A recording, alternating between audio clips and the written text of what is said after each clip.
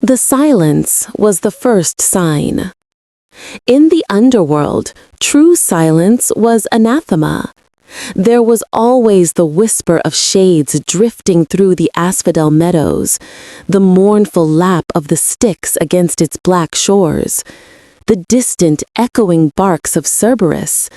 There was the scratching of Charon's pole on the bottom of his barge, the rustle of judgment scrolls in the hands of the Aeacidae, the faint, eternal sigh of 1 billion forgotten lives. But for weeks now, a profound stillness had fallen over his kingdom, a hush so deep it felt like a physical weight. It was the silence of held breath, of a world waiting for a catastrophe that had already occurred. Hades sat upon his throne of polished obsidian, the vast vaulted cavern of his throne room amplifying the oppressive quiet. The air, usually thick with the scent of damped earth and mineral decay, now carried a chill that had nothing to do with the nature of his realm and everything to do with the emptiness beside him. To his left, Persephone's throne sat vacant. It was a smaller, more elegant seat, carved from a single piece of ghost-white marble, veined with silver that seemed to drink the dim light of the braziers. He had commissioned it for her, a mortal artisan's sole price, after their first century together. She had laughed when she saw it, a sound like wind chimes in a summer garden, and declared it far too grand. Then she had spent the next 1,000 years weaving it with dried flowers from the mortal world, their spectral forms still clinging to the cold stone, their scent long since faded into memory.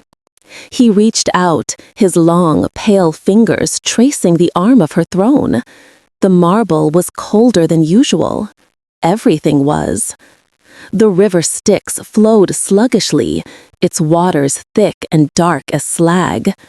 The fields of asphodel, normally a sea of pale ethereal blossoms, were brittle with a spectral frost.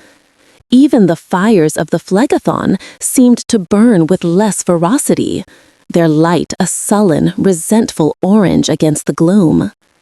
His kingdom was mirroring his soul, a landscape frozen in grief. It had been 3 months since she was due to return, 3 months since the last of the autumn leaves should have fallen in the world above, heralding her descent. He had waited, at first, with the quiet patience of an immortal who counts time in ages, then with a growing unease that coiled in his gut like a serpent of ice. Now it was a raw, hollow ache that defined his existence. She had not been taken. He would have felt it, a rending in the fabric of their shared lives, a psychic scream across the plains. Their bond was deeper than the roots of the world, forged not in a violent abduction, as the mortal poets sang, but in a slow, strange courtship of darkness and light. He had shown her the mournful beauty of his kingdom, the quiet dignity of the dead, the necessity of endings. And she, in turn, had brought life. Not the riotous, chaotic life of her mother's world, but something more precious. Pockets of impossible color, fungi that glowed with soft luminescence, mosses that carpeted cavern walls in shades of emerald and silver. She had brought laughter into the halls of the dead. And now she was gone. The sound, when it came, was a violation, a sharp, rhythmic cutting of the air that shattered the silence like glass. Hades looked up from the empty throne, his gray eyes, the color of a winter sky before a storm, narrowing. The sound grew louder, resolving into the frantic beat of winged sandals against the stone. Hermes appeared at the far end of the great hall, a streak of gold and vibrant life in the monochrome stillness. He skidded to a halt before the dais, his caduceus clutched in one hand, his chest heaving. His face, usually a mask of charming mischief, was pale and strained. Snowflakes melted in his sun-bright hair. "Lord Hades," he panted, foregoing all formal titles in his haste. "Hermes," Hades's voice was a low rumble, the sound of stone grinding against stone deep within the earth.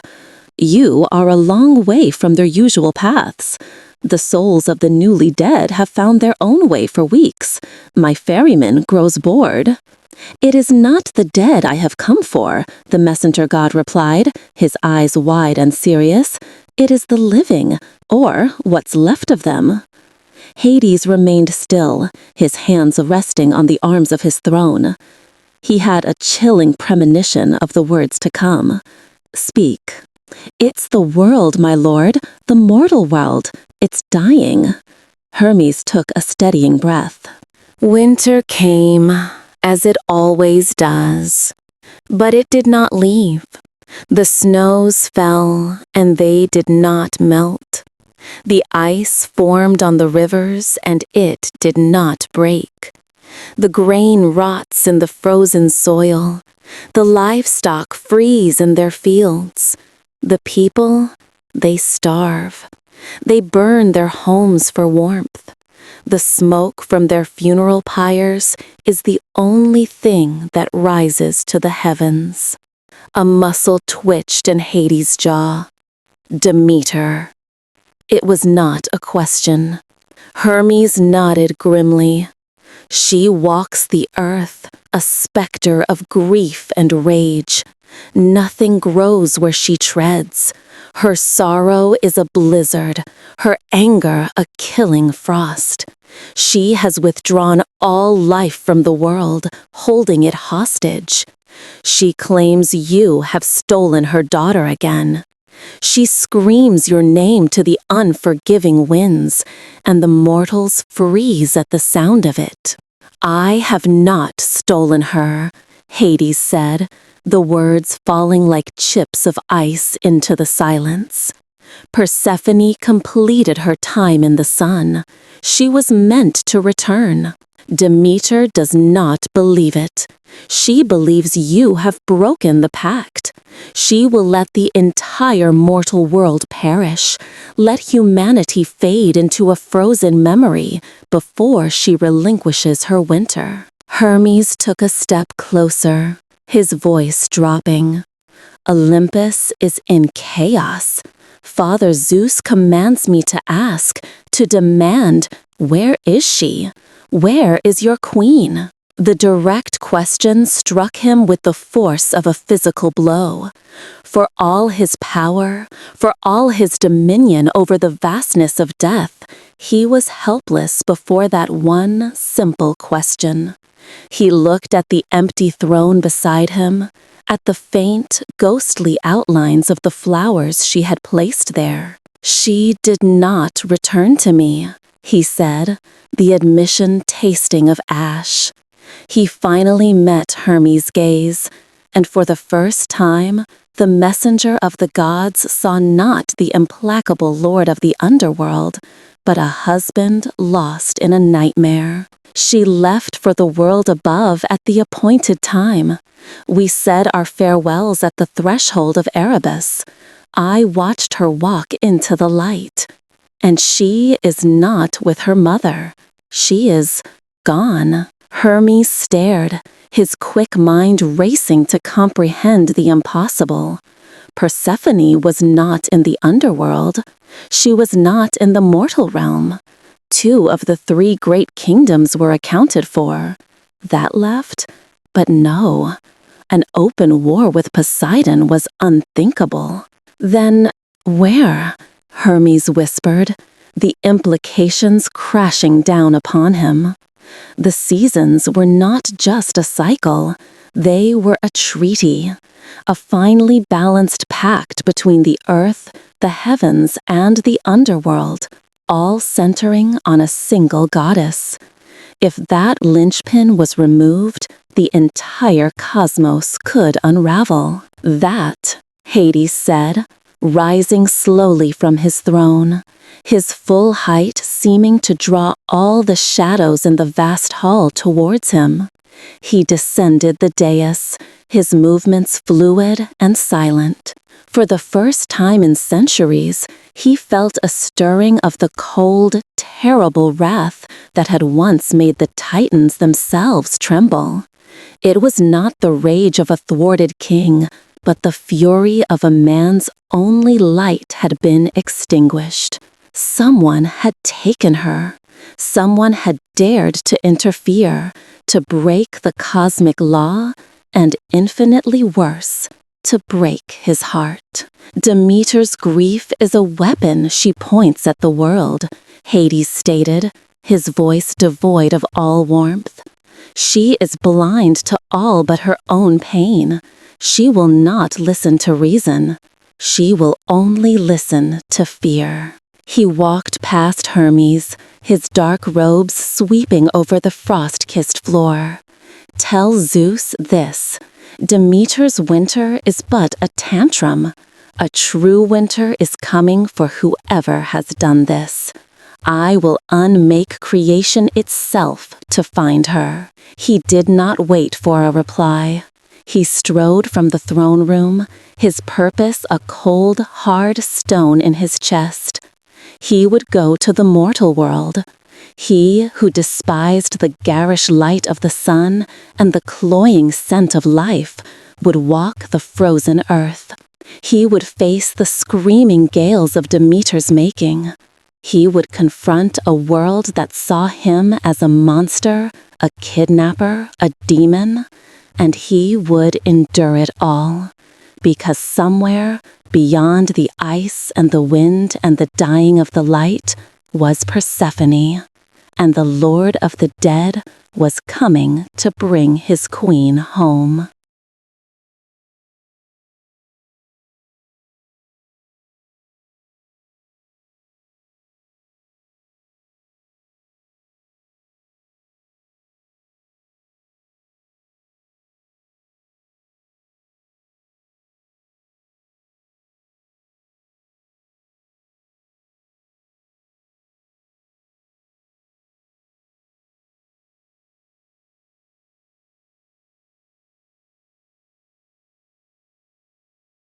The path from his realm to hers was not a physical road, but a tearing of veils, a transit through concepts. He chose a place of passage near Eleusis, a cave system whose deepest tunnels were said to breathe the air of Tartarus. As he moved through the liminal space, the oppressive silence of his kingdom was replaced by a sound he had not truly heard in millennia: the howling of a mortal wind. It was a thin, hungry sound, a razor's edge of noise that scraped at the very foundations of the world. He emerged not into a cave, but into a grotto of ice. The stone walls were sheathed in it, thick and opaque, swallowing the dim light. The entrance was a jagged mouth choked with snowdrifts taller than a man. He pushed through them with no effort, the solidified water turning to vapor at his touch, his divine nature anathema to this mundane cold. And then he was standing under the open sky. The world was white, a merciless, unending canvas of white, stretched from horizon to horizon under a sky the color of lead. The sun was a smear of pale light, a cataract eye offering no warmth, only a glare that hurt the senses. The air was so cold it felt brittle, as if the next gust of wind might shatter it into a billion pieces. He could taste the iron of shed blood and the bitter ash of despair on his tongue. This was not the clean, ordered finality of his domain. This was a slow, agonizing rot, an infection. Skeletal trees clawed at the sky, their branches coated in ice, looking like the desperate hands of the drowning. The ground was hard as iron beneath his feet. He saw a road, or what had once been one, now just a slight depression in the endless snow. He began to walk. His dark chiton did not stir in the gale, and the snow did not melt where he stepped, but rather seemed to pull away, recoiling from his presence. He came upon a village after an hour. It was a cluster of stone hovels huddled together, as if for warmth, their roofs heavy with snow. No smoke rose from the chimneys. No dogs barked at his approach. The same profound, waiting silence of his own throne room had followed him here, but this was the silence of cessation, not anticipation. The door of the nearest cottage hung open on one leather hinge, banging softly in the wind. He stepped inside. The cold was somehow deeper here, a tomb-like chill that had settled into the very stones. A family was gathered around a fire pit that was nothing but gray ash. A man, a woman, 2 small children. They were not shades. Their bodies were real, solid, frozen in their final moments. The man's arm was around his wife, his face buried in her hair. The children were curled in their mother's lap, their faces blue, their expressions peaceful, as if they had simply fallen asleep while waiting for a warmth that would never come. Their souls, he knew, would be waiting at the banks of the Styx, confused and cold, joining the endless queue of the prematurely dead. A flicker of something that was not his own fury, something colder and more ancient, stirred within him. This was a violation of the natural order. Death was his domain. He was its steward, its gatekeeper. He presided over endings that were necessary, that were part of the great turning wheel of existence. This was a butchery.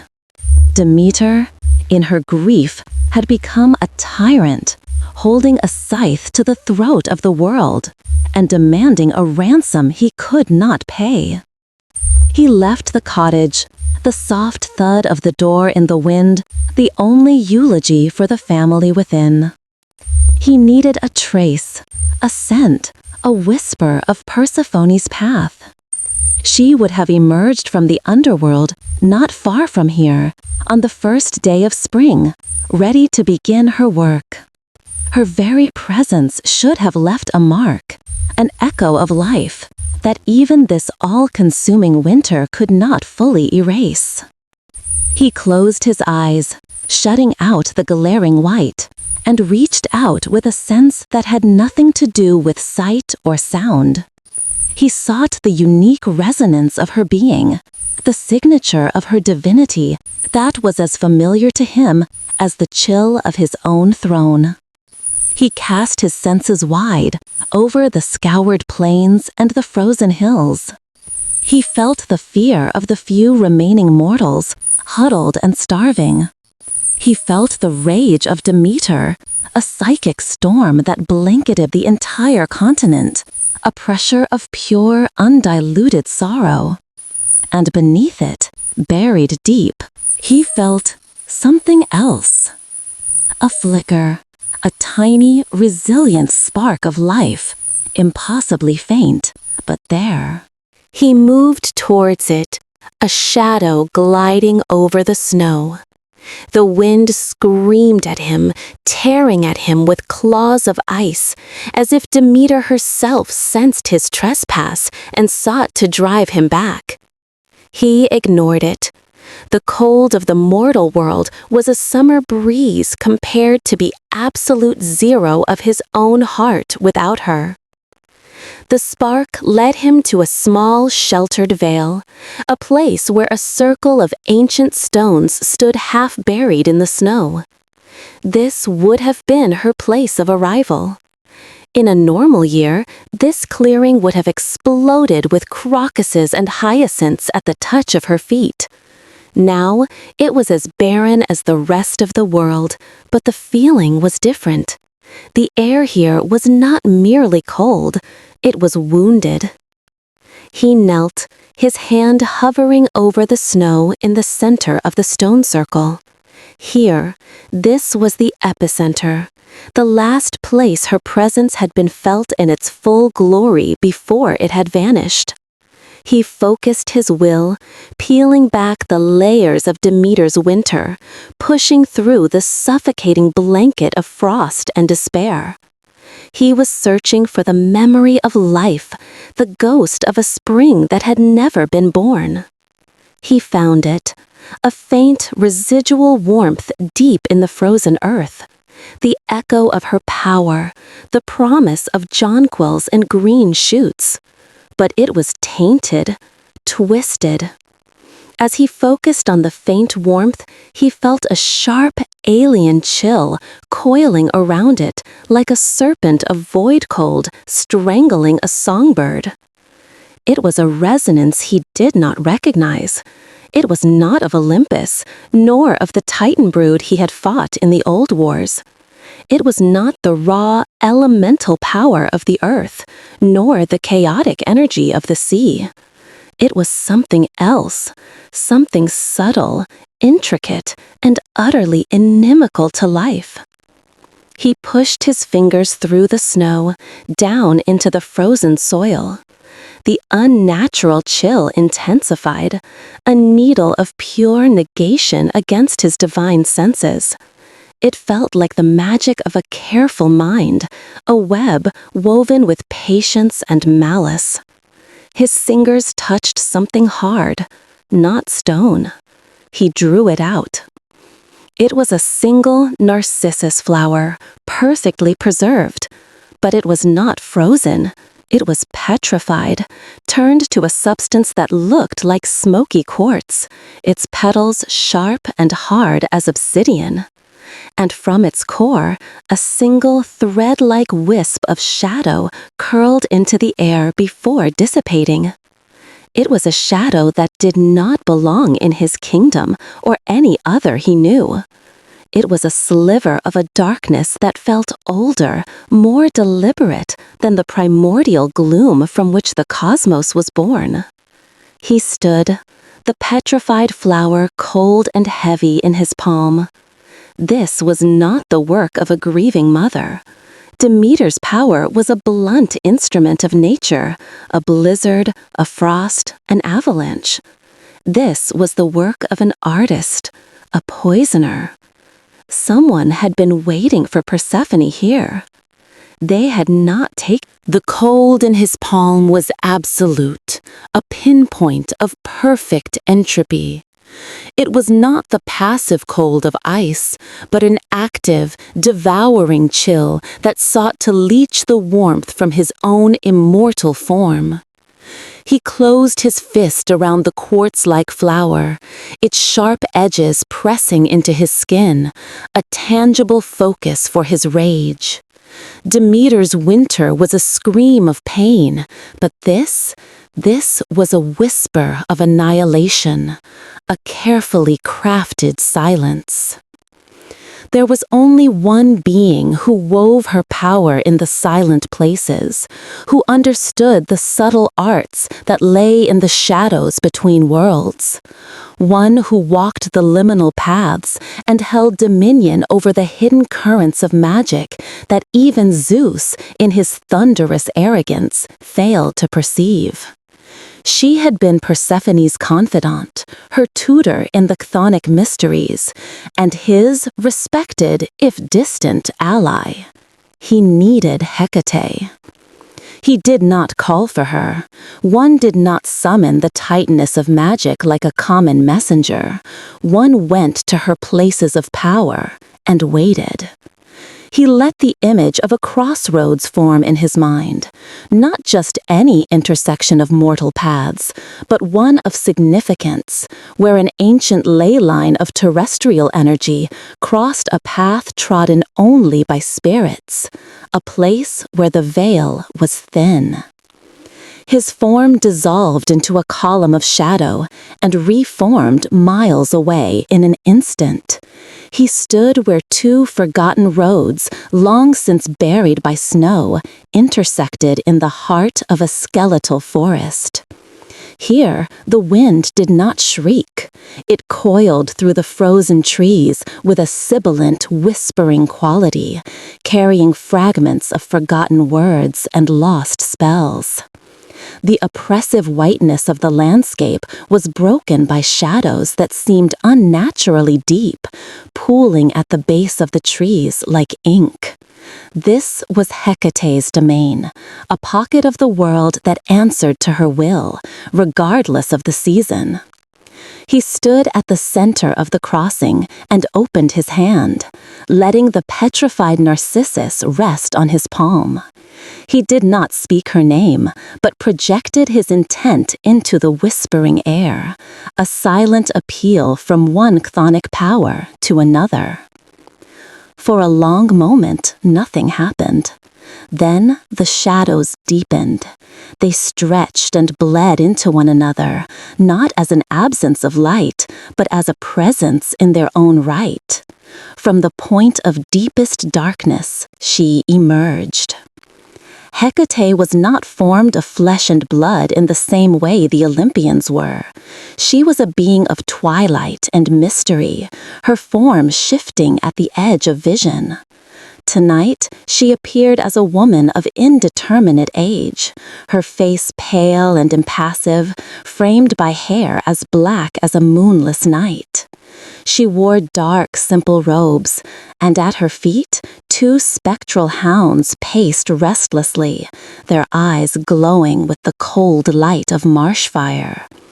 A pair of torches materialized in her hands, their flames a strange, silvery green that cast no heat, but seemed to burn away illusions. Hades. Her voice was low, resonant, like stones shifting in a deep cave. You are far from your throne. The world above is no place for you. It is no place for anyone, he countered, his own voice a low growl. My queen is missing. Her mother has turned the world to her personal tomb.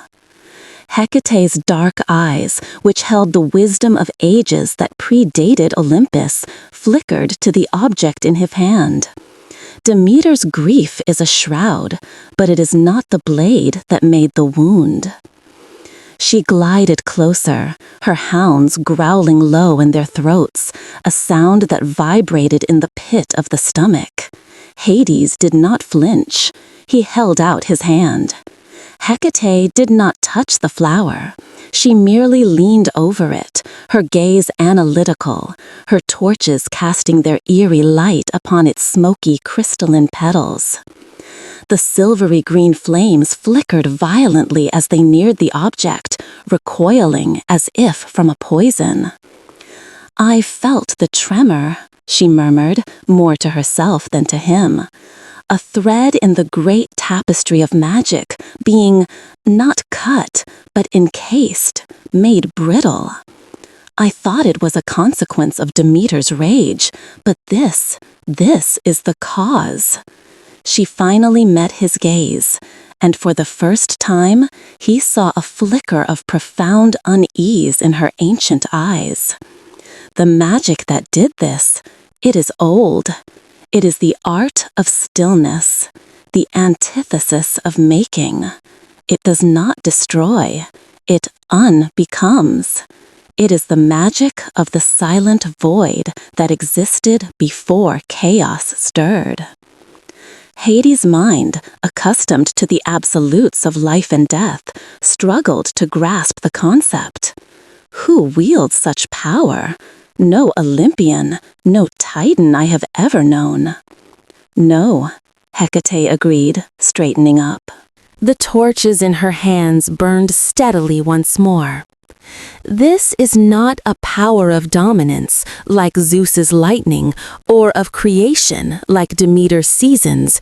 It is a power of negation, It hollows things out from the inside, leaving a perfect, empty shell.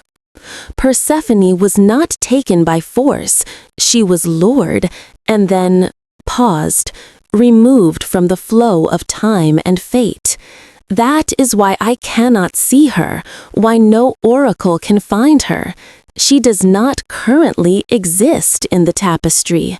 She is a missing thread. A cold dread, far more potent than the winter around them, settled deep in Hades' bones. To be captured was one thing. To be unmade, erased from existence, the thought was a blasphemy that threatened to shatter his control. "Can she be brought back?" he demanded, his voice dangerously quiet. "A thing that is unbecome can be re-remembered into existence," Hecate said slowly, her words deliberate. "But the source of the magic must be found and broken, and I cannot trace a thread that is not there." "Then we are blind." The words were flat, devoid of hope. "Not entirely." Hecate's gaze was sharp. "The fates may not be able to see her path, but the memory of it still exists. The cosmos does not forget so easily. There is one place where the echo of every event, every life, every choice still ripples." Hades knew at once what she meant. His own kingdom held the key. Mnemosyne. "The river of memory," she confirmed with a nod. "It flows through the deepest, oldest parts of your realm. Its waters hold the memories of all things, from the birth of the stars to the last sigh of a dying mortal. The memory of Persephone's path in the moments before she was taken will be in that river." He saw the path she was laying before him, and it was one of supreme peril. No god can enter those waters unscathed. To be immersed in the memories of all creation is to have one's own consciousness dissolved, overwhelmed by a billion lives. "You are not just any god," Hecate reminded him, her voice firm. "You are the master of the realm through which it flows. Its currents answer to your will, however grudgingly. And your focus is absolute. You are not seeking the memory of the cosmos. You seek only one, the last moments of your wife's freedom. You must go to the river, submerge yourself, and anchor your mind to your love for her. Let that be the lodestone that guides you through the storm of infinite recollection.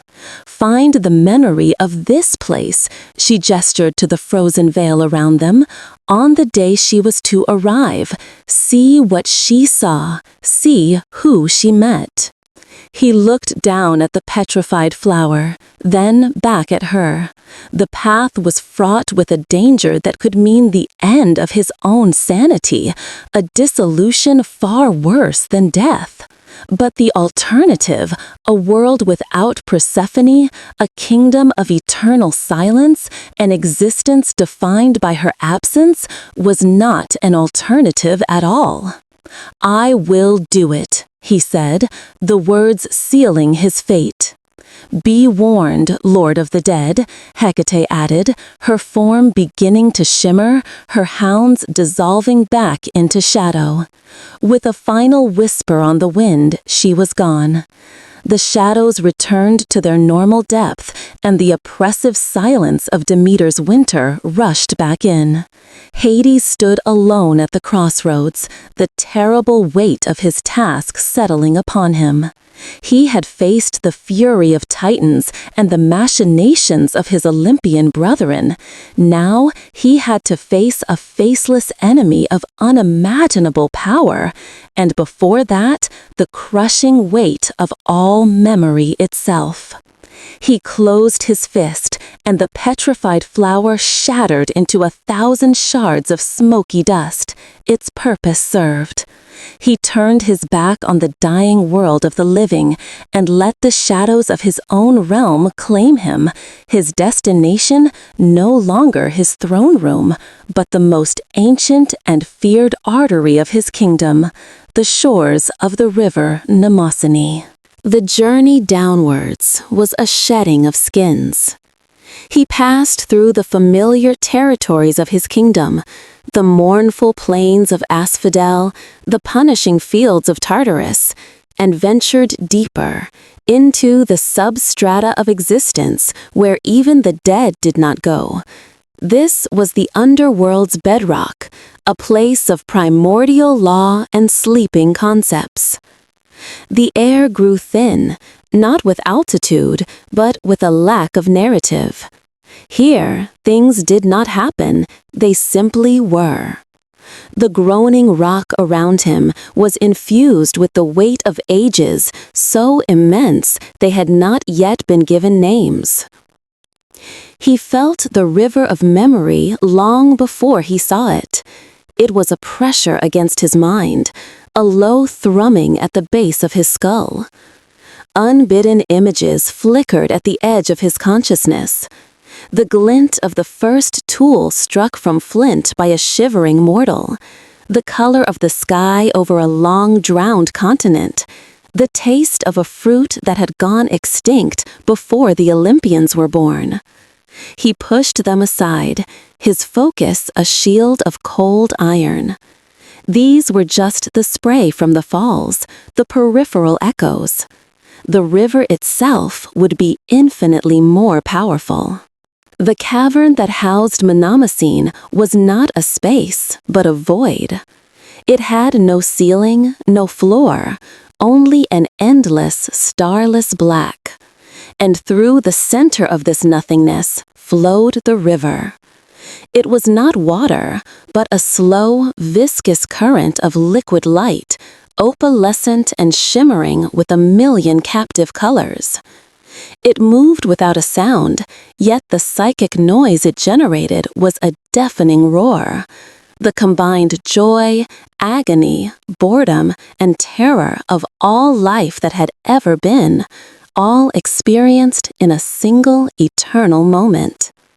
The shore was not sand or stone, but a crystalline substance like solidified time, which crunched under his feet.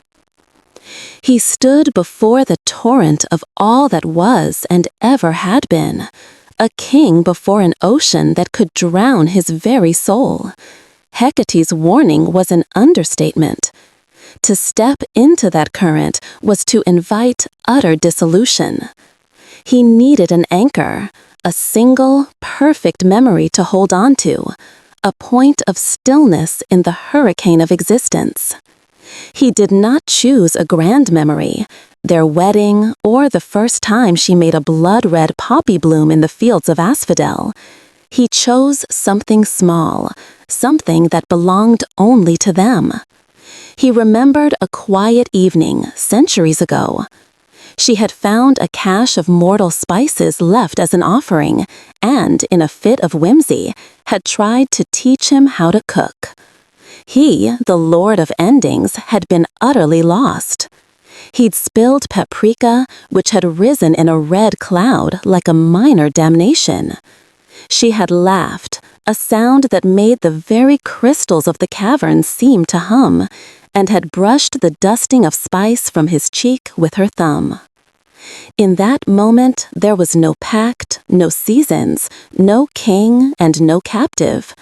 There was only the two of them, existing in a pocket of warmth and simple affection, deep beneath the turning world. That was his anchor. The feeling of her thumb against his skin, the sound of her laughter. Holding that memory in the forefront of his mind like a lantern in a blizzard, he stepped into the river. The impact was not physical. It was a total, instantaneous invasion of the self. His consciousness exploded outwards, shattered into 1,000,000,000,000 pieces. He was the first cell dividing in the primordial ooze. He was the terror of a mammoth sinking into tar. He felt the ambition of Alexander, the despair of Hector, the patient love of Penelope. He experienced every birth, every death, every betrayal, every act of kindness, every forgotten dream. His own identity, his name, Hades, became a meaningless syllable, a single drop of rain lost in the deluge. He was drowning.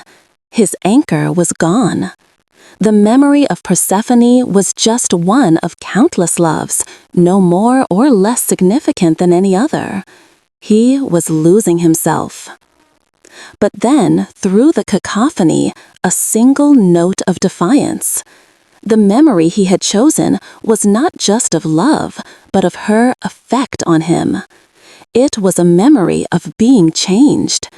And as the lord of the unchanging realm, the master of stasis and finality, that was a concept so alien, so powerful, it allowed him to find purchase.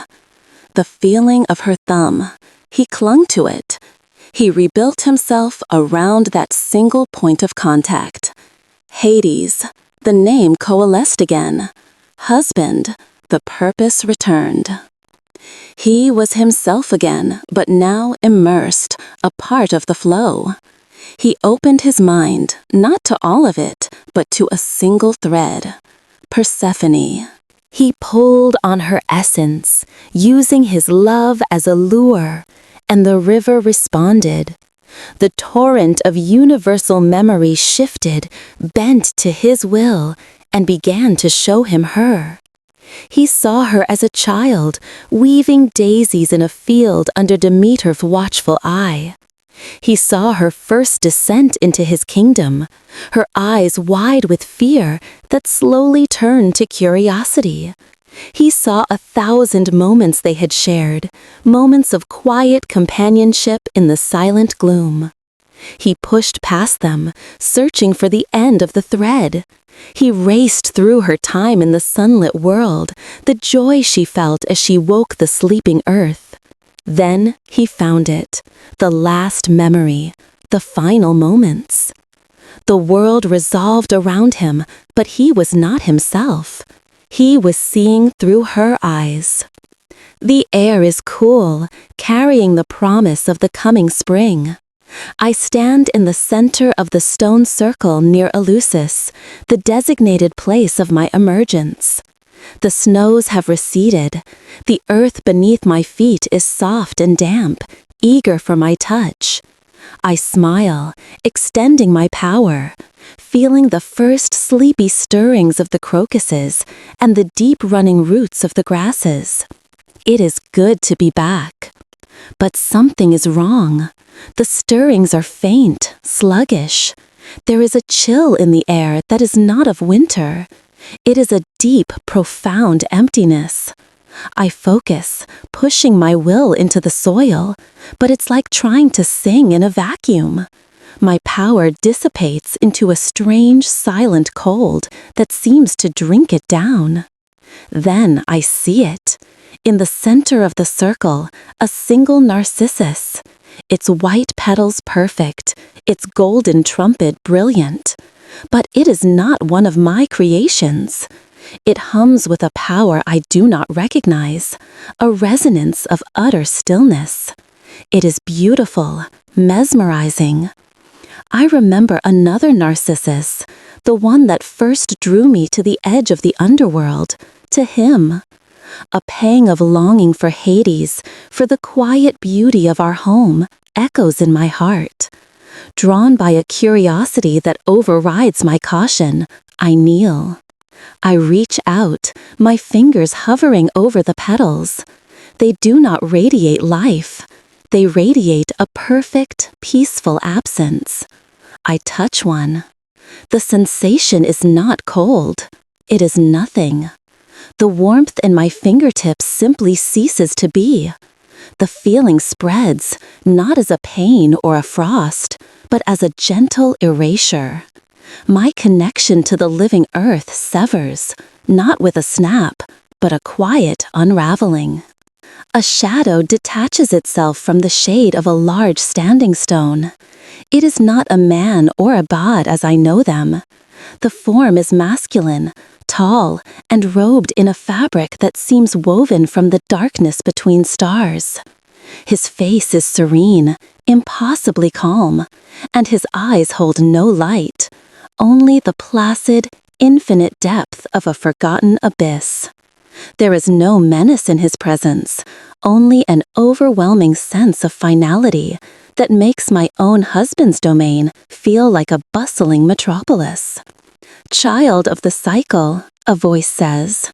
It does not enter my ears, but simply appears in my mind, calm and toneless as the silence of deep space.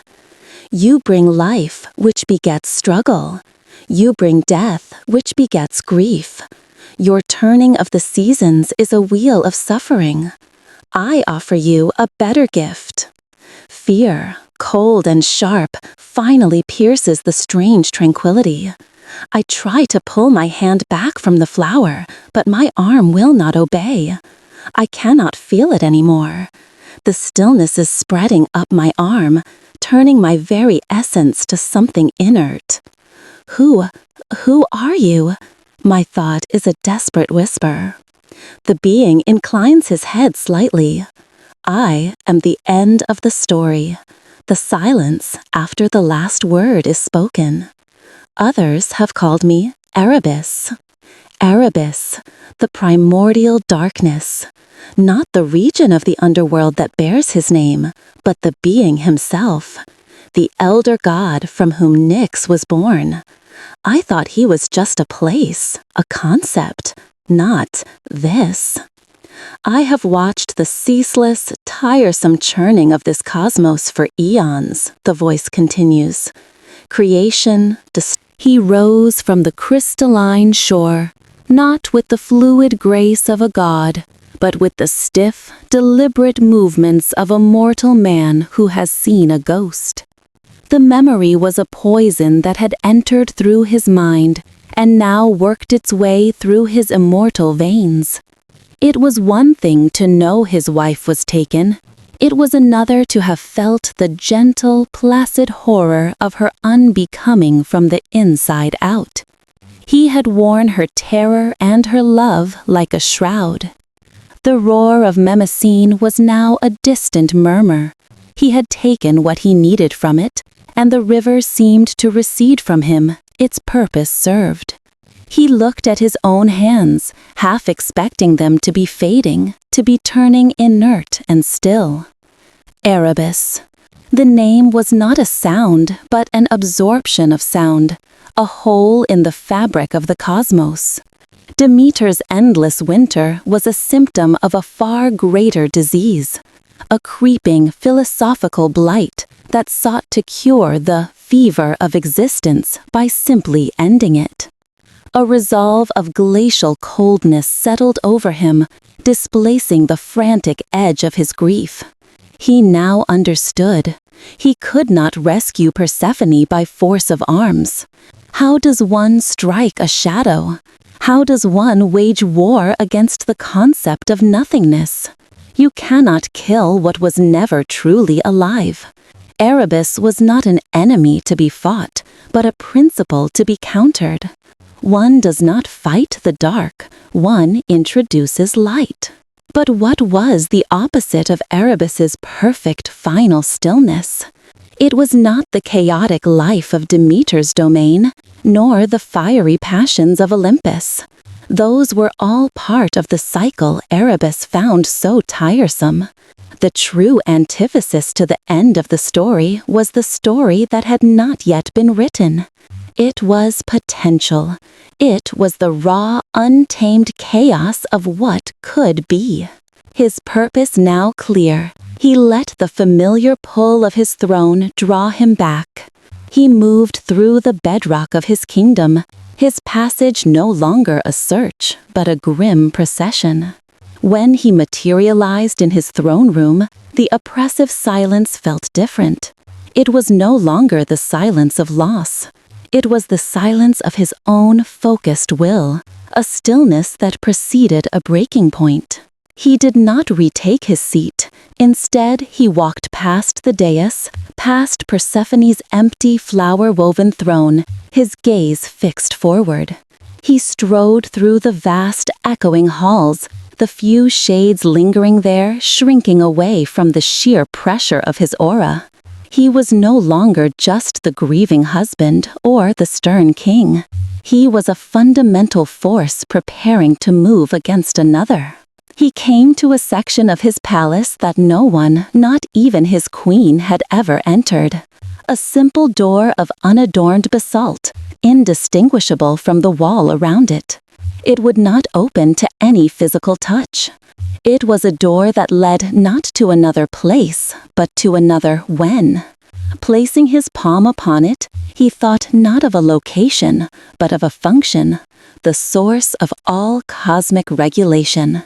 He pushed, and the door swung inward, not on hinges, but by dissolving into a shimmering curtain of what looked like a heat haze. He stepped through. He was in a place that defied mortal and divine geometry. It was a space that felt both infinitely vast and claustrophobically close. There was no up or down, only a central point of activity from which everything else radiated. Before him was the loom. It was a construct of impossible scale, its frame made of a material that was neither wood nor metal, but perhaps solidified necessity. Threads of every conceivable color, and 1,000 colors that had no names, stretched from an unseen source, converging into the heart of the machine. The air was thick with the scent of ozone and dust motes of pure time, and it hummed with the sound of causality itself, a low, constant thrum that was the baseline of all existence. And tending the loom were the Moirai, the Fates. They were not the withered crones of mortal imagination. To look upon them was to see time's effect on itself. They were 3 figures, so ancient that all distinguishing features had been worn away, leaving only the pure archetypal forms of their duties. Clotho, the spinner, sat before a great spindle, her fingers a blur, as she drew forth the raw potential from the void and spun it into the delicate, glowing threads of new life. Lachesis, the Allator, stood before the main frame of the loom, her hands guiding the countless threads, weaving them into the intricate, ever-changing tapestry of destiny, creating the patterns of interaction, of love and war, triumph and tragedy. And at the far end stood Atropos, the inevitable. She held a pair of shears that shone with a cold silver light, and her gaze never wavered from the tapestry. When a thread reached its appointed length, she would make a single, precise snip. There was no malice in the act, no emotion at all. It was simply the final, necessary punctuation. They did not acknowledge his presence. They had not stopped their work for the Titanomachy, nor for the rise and fall of 1,000 mortal empires. His arrival was but a momentary flicker in the grand, unending pattern. Sisters of necessity, Hades' voice cut through the hum of the loom, devoid of supplication. It was the voice of a king addressing his peers. Clotho did not pause in her spinning. Lachesis' hands continued their dance among the threads. Only Atropos, whose domain of endings was closest to his own, slowly turned her head. Her face was a smooth, ageless mask, but her eyes held the weary weight of every death she had ever decreed. "You should not be here, son of Kronos," her voice echoed in his mind, a dry rustle like old parchment. "Your thread is long. It is not your time." "I have not come for my own fate," Hades stated, stepping closer. the sheer audacity of his presence causing a momentary flutter in the threads nearest him. I have come for a weapon. This time, Lachesis paused, a single golden thread held between two fingers. We do not forge weapons. We weave what is. Go to the Cyclopes if you wish for bronze and thunder. The weapon I need cannot be forged by any fire, Hades said, his gaze sweeping over their work. My enemy is Erebus, the Primordial. He seeks to still the loom, to snip every thread at once. He has taken my queen as his first act of unraveling. For the first time, a flicker of something disturbed the implacable calm of the fates. A single thread in Lachesis's hand, the life of a newborn child in Babylon, wavered and grew dim for a heartbeat before stabilizing. Erebus was a threat not to individuals, but to the entire system they maintained. He cannot be unmade. Clotho's thought entered his mind, her spinning hand finally slowing by a fraction. He is the silence to which all songs must return. He is an ending like us. He is not an ending, Hades corrected, his voice hardening. You decree the end of a story. He seeks to erase the alphabet. There is a difference. He walked until he stood beside Clotho, before the source of all threads. He looked past her spindle, into the roiling, shimmering chaos from which she drew her material, the raw stuff of potential, the unformed, unfaded energy of the cosmos. I do not ask you to change a fate. I do not ask you to weave me a victory. I ask for the material to fight a void with a possibility. Give me a thread of what is not yet spun, a thread of pure, unwritten potential. The three fates stopped their work entirely. The great hum of the loom faltered, and in the sudden, terrifying silence, the entire cosmos seemed to hold its breath. 1 billion lives hung in the balance of that stillness. To take unspun thread was a violation of the highest order. It was to take a life that had not been conceived, a choice that had not been made, an idea that had not been thought, and to wield it as a weapon. It was to fight nothing with a pure, chaotic everything. Atropos raised her shears, their silver blades seeming to cut the very light. The price for such a thing is absolute. To wield a thread of unbound fate is to bind your own to it. If you fail, your unmaking will not be a simple snip of our shears. You will be erased from the tapestry altogether. You will never have existed. The name Hades will be a word no tongue has ever spoken. Hades looked from her shears, to the silent loom, to the roiling chaos beyond. He thought of Persephone's laughter, of the impossible flowers she grew in the dark, of the memory of her thumb against his cheek. An existence where those things had never been was the only hell he had ever feared.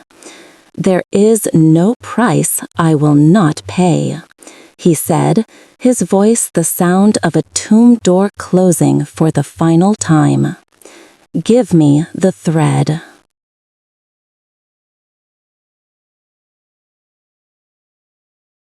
Atropos's head inclined a fraction of an inch, a gesture of cosmic finality.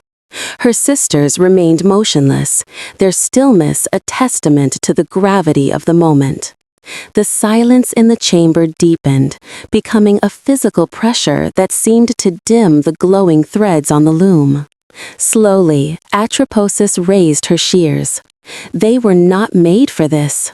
The silver blades, which had severed the lifelines of kings and cosmoses with clean, indifferent precision, seemed to protest, their light wavering as she moved them not toward the woven tapestry, but before it. She bypassed the spindle of Clotho, her destination the roiling, untamed nebula of pure potential from which all threads were drawn. It was an act of profound violation, like a scribe dipping his quill not in the inkwell, but in the raw, unground pigment, a substance too potent and chaotic to form coherent words. The shears plunged into the shimmering chaos. There was no sound, but Hades felt it as a sympathetic agony in the very structure of his being. It was the sound of a rule being broken that was older than any law of Zeus. The shears closed, and for an infinitesimal moment, a wave of pure blackness, a void of anti-causality, pulsed from the point of the cut. Then Atropos withdrew. Held between the blades of her shears was a single filament. It did not glow with the steady light of a life thread. It writhed. It pulsed with every color and no color, a captured sliver of a dawn that had never broken, a note from a song that had not been composed. It was a paradox given form. Atropos floated towards him, holding the thread out. Take it. Bind yourself to uncertainty. Let your ending be unwritten. Hades reached out, his hand steady, betraying none of the primal dread that coiled in his gut. The instant his fingers touched the thread, the universe dissolved. He was deluged. The thread was not an object. It was a gateway. A billion possibilities flooded his consciousness. Not memories of what had been, but perfect, crystal-clear visions of what could be. He saw a world where Kronos had never devoured his children, where Hades was a god of bountiful earth and Persephone a nymph of a sunlit stream. They ruled together. He saw a reality where he had refused the underworld, leaving it to a sterner brother, and had instead carved out a kingdom of quiet shadow on the moon. He saw himself as a mortal king, his life a brief, bright spark, finding love, growing old, and finally being led by a different, unfamiliar god of the dead to his final rest. Every path not taken, every choice unmade, every potential life screamed for his attention, each one a siren song promising a reality without grief, without the cold weight of his crown. The thread was trying to rewrite him, to find a more palatable destiny for the energy that comprised his being. He felt his own identity, his love for his Persephone, his grim pride in his kingdom, beginning to fray, to seem like just one of many equally valid options. No. The thought was a shield. The life he had was not a choice to be renegotiated. It was a fact. His kingdom was not a burden. It was his duty. His love was not a variable. It was the absolute center of his existence. He gripped the thread tighter, not as a supplicant accepting a gift, but as a master seizing a tool. He forced his will upon it, using the anchor of his memory, the feel of spice on his cheek, the sound of her laughter, to pull himself back from the brink of infinite potential. The chaotic energy of the thread recoiled, then yielded, recognizing a will as implacable as its own nature was mutable. The deluge of visions ceased, and the filament solidified in his hand, though it still writhed with captive energy, a miniature lightning storm contained in a single strand. He did not trust it to remain passive. With a swift, deliberate motion, he wrapped it around his right forearm. It burned, not with heat, but with the cold fire of pure becoming. The thread sank into his skin, leaving a mark that looked like a lightning strike captured in obsidian, a crackling, incandescent scar that pulsed with a faint, multicolored light. It was a part of him now. His fate, which had been a long, straight line of gray on the loom, was now bound to this knot of pure chaos. He turned back to the fates. Lachesis and Clotho had already returned to their work, their movements perhaps a fraction of a second slower.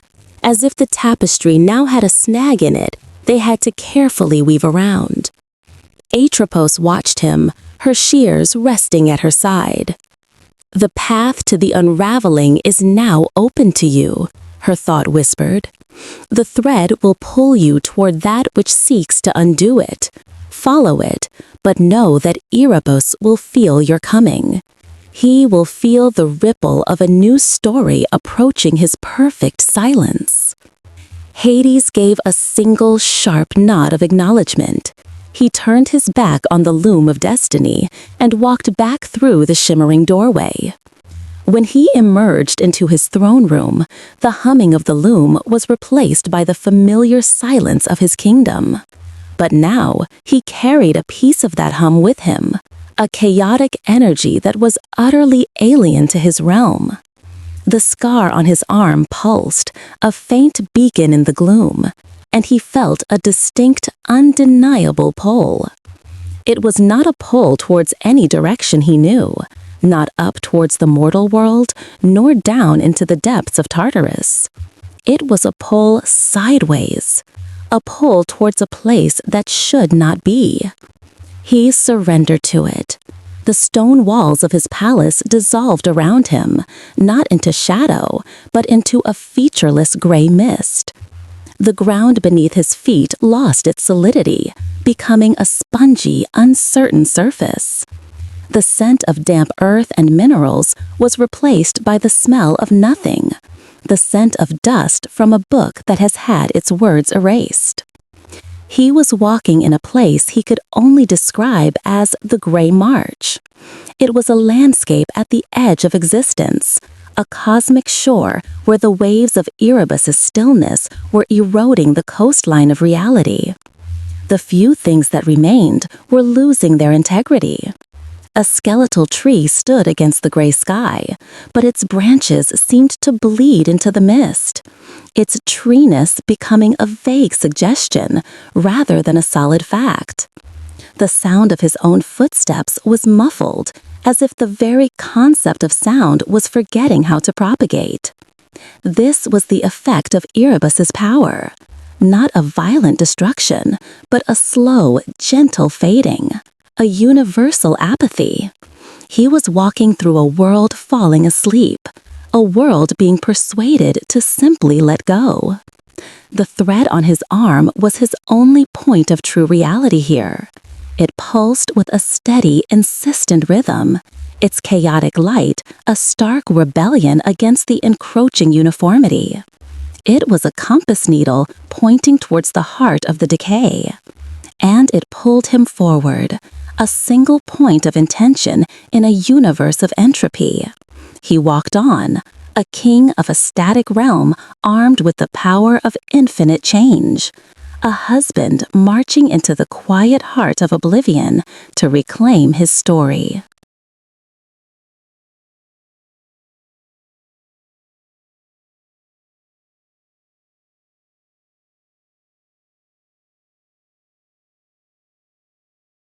The Gray March was a lesson in unraveling.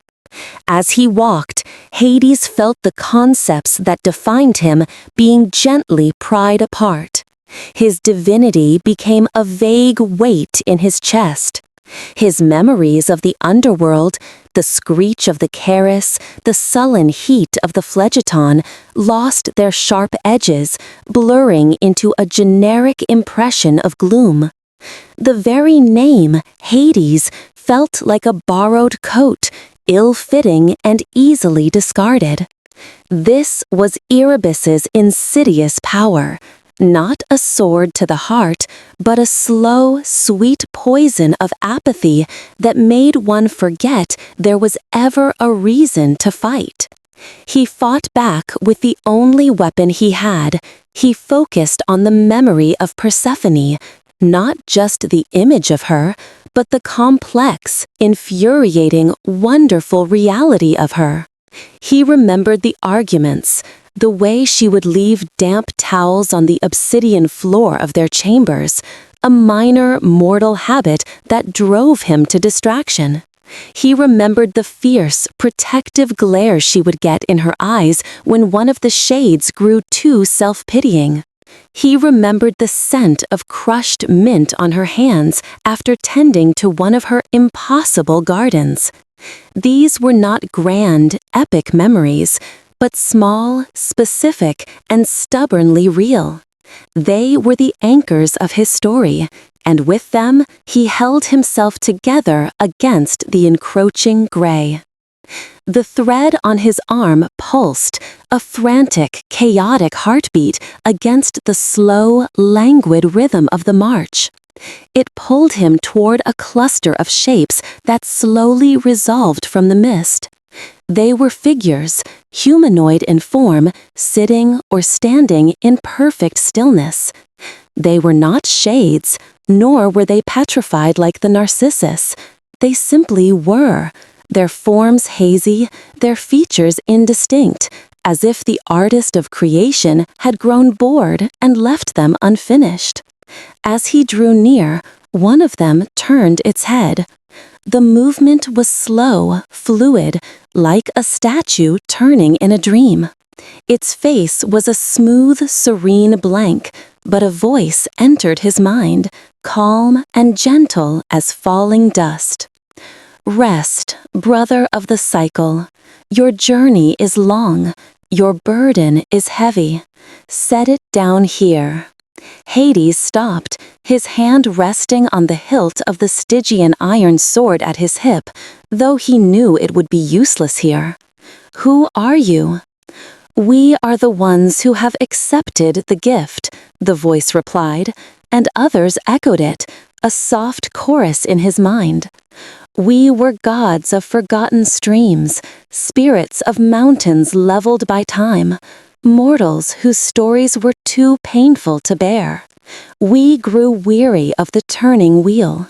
The Allottor gave us threads of pain, of struggle, of fleeting joy that only made the sorrow sharper. The silence offered us an alternative, peace, an end to narrative. Another figure, whose shape suggested a once powerful river god, gestured with a slow, watery motion to the landscape around them. There is no pain here, no ambition, no fear, no love, which is the most exquisite pain of all. There is only release. He has taken your bride to offer her this same peace. Why do you resist it on her behalf?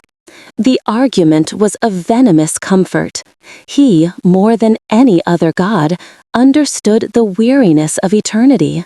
He had seen countless souls arrive in his kingdom, their spirits worn thin by the relentless friction of life.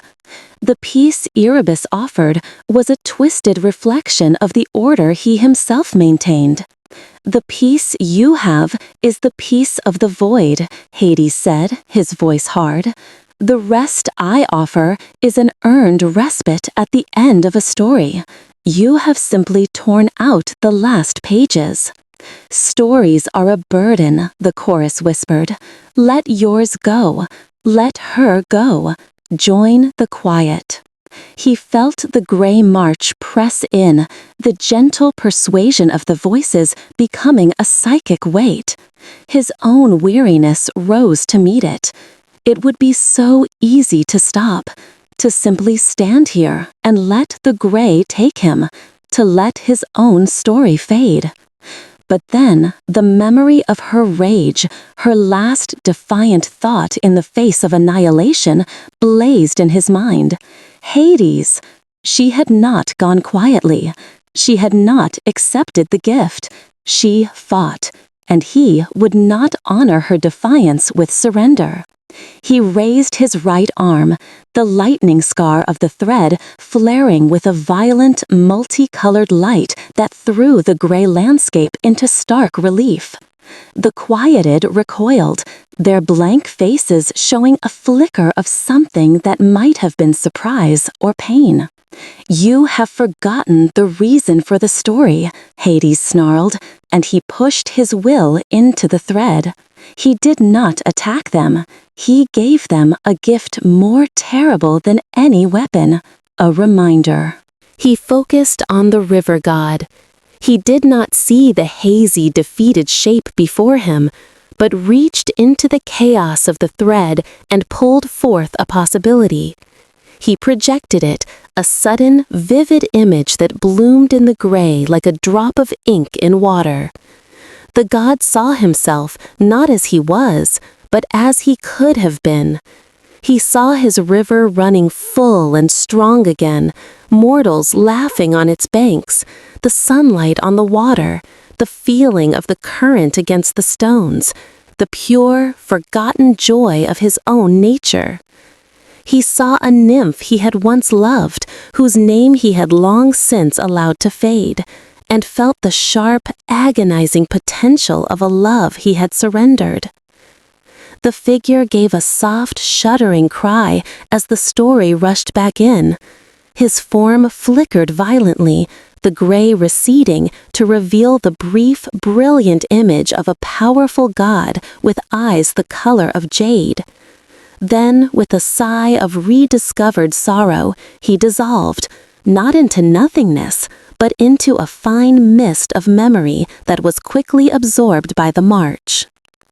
Hades turned his power on the others.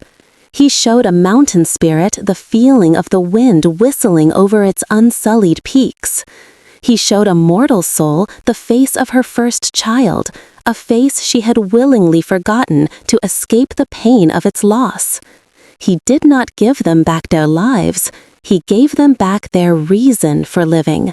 And in a place defined by the absence of reason, the contradiction was enough to unmake them. One by one, the quieted flickered and vanished, their soft whispers of peace replaced by the silent screams of remembered passion. The exercise left him drained, the thread on his arm now a dull, aching pulse. He had fought a battle of metaphysics, and the cost was a piece of his own certainty. He had wielded potential, and in doing so had been reminded of all the other lives he could have led. But the path ahead was clearer now, the chorus of apathy silenced. He walked on, the pull of the thread stronger, more insistent. The gray mist began to thin, not revealing a world of color, but a deeper, more profound emptiness. He was approaching the heart of the stillness. He came to the edge of a great circular chasm, a perfect abyss of blackness in the gray. The pull was coming from its center. Without hesitation, he stepped off the edge. He did not fall.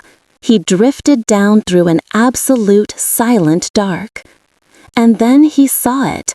Suspended in the center of the void was a structure. It was a vast circular chamber, its walls seemingly made of polished silence.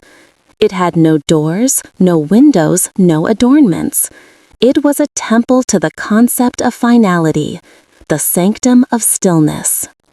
He drifted towards an opening that appeared in the wall as he approached. The moment he passed through it, the muffled sensations of the gray march vanished, replaced by a clarity that was terrifying. The air was perfectly still, perfectly neutral in temperature. The only light came from the objects within the sanctum itself. It was a museum of endings. All around the vast chamber, set on pedestals of unmaterial, were countless items, each glowing with a soft internal light. He saw the last living seed of a silphium plant, a lyre with a snapped string that had belonged to Orpheus, the final unwritten line of a lost sapphic poem contained in a scroll that would never be opened. These were things whose stories had concluded, brought here and preserved in a state of perfect, unchanging completion. And in the very center of the room, on a dais of pure shadow, lay Persephone. She was not asleep, not dead, not frozen. She lay on her back, her dark hair fanned out around her head, her hands folded peacefully over her chest. Her skin was not pale, but held the warm, living tones of her time in the sun. Her expression was one of absolute, untroubled serenity. She was Her beauty was a weapon aimed at his resolve, a perfect, silent argument for Erebus's philosophy. It was the beauty of a flawless marble statue, admirable but cold, a thing to be observed, not loved. The vibrant, unpredictable living woman was gone, replaced by this exquisite artifact. Beauty is not a state of being. Hades's voice was a low growl of fracturing stone, a sound of discord in the perfect quiet. It is a process. A flower is beautiful in the budding, the blooming, and the wilting. You have locked her in a single, meaningless moment. Erebus tilted his head, a gesture of mild curiosity. Meaning is a construct of the living, a story you tell yourselves to distract from the friction of existence. Look at the world you left behind. Her mother, in her grief, has blanketed it in a story of endless pain. The mortals starve and freeze, caught in a chapter that will not end. I offer the final page. Is that not a mercy? You offer a blank page, Hades countered, taking another deliberate step forward. The air grew thick, heavy with the pressure of absolute negation. It was like wading through setting concrete. You speak of mercy, but you have no concept of what is being lost. My wife's story was not just one of spring flowers. It was one of quiet strength in a dark kingdom, of finding life in the places everyone else assumes are barren. Her story gave my story meaning. Ah, and there is the source of the noise. Erebus's voice was smooth, analytical. Possessiveness, attachment, the desperate need for your narrative to be validated by another's. I am freeing you both from that burden. In stillness, she can no longer disappoint you. You can no longer fail her. It is a perfect, stable love. The Primordial's logic was a suffocating blanket. Hades felt his own memories waver, the edges of his righteous anger blurring. Was it true? Was his desperate quest just a selfish need to reclaim his possession, to restart a story that would inevitably lead to more pain, more loss, and a final, unavoidable ending anyway? For a moment, the peace of the sanctum seemed seductive. He looked at Persephone's serene face, and the thread on his arm burned with a cold fire. No, Erebus could not understand. He saw love as a static portrait, but Hades had come to know it as a chaotic, unpredictable dance. It was the arguments as much as the agreements, the moments of distance that made the moments of closeness precious. It was imperfect and alive. You collect punctuation, Hades said, his voice regaining its iron edge as he took a third agonizing step. I preside over libraries. You are not an ending. You are an editor, redacting every line until nothing remains, and you will not have her. The pressure intensified tenfold. The very light from the collected artifacts seemed to dim. Hades felt his own form begin to lose cohesion, the edges of his shadow-woven tunic fraying into the ambient silence. His thoughts became sluggish, his purpose a distant echo. Erebus was not attacking him. He was simply unsanctioning his existence within this space. He was being edited. Hades fought back. He held on to the small, stubborn memories, the scent of mint, the sound of her laughter, the feel of her thumb against his cheek. These were his truths, the core of his story. He anchored himself to them, and with a guttural roar that was swallowed by the silence before it could even form, he lunged the final few feet to the dais. Erebus did not move to intercept him. He merely watched, his expression unchanged, confident in the absolute power of his domain. To him, this was the last pointless thrashing of a creature drowning in a sea of tranquility. Hades fell to his knees beside the dais, his very essence groaning under the strain. The thread on his arm was blazing now, a chaotic storm of pure potential that was the only thing holding him together. He reached out, his hand trembling, and laid it on Persephone's still worn arm. The moment of contact was a silent thunderclap that shook the foundations of the sanctum. It was not a transfer of energy, but an infection of narrative. He pushed the chaos of the thread, the sheer untamed possibility of it, into the perfect stillness of her being. He did not command her to wake. He showed her. Through their connection, he flooded her with the stories that were not yet written.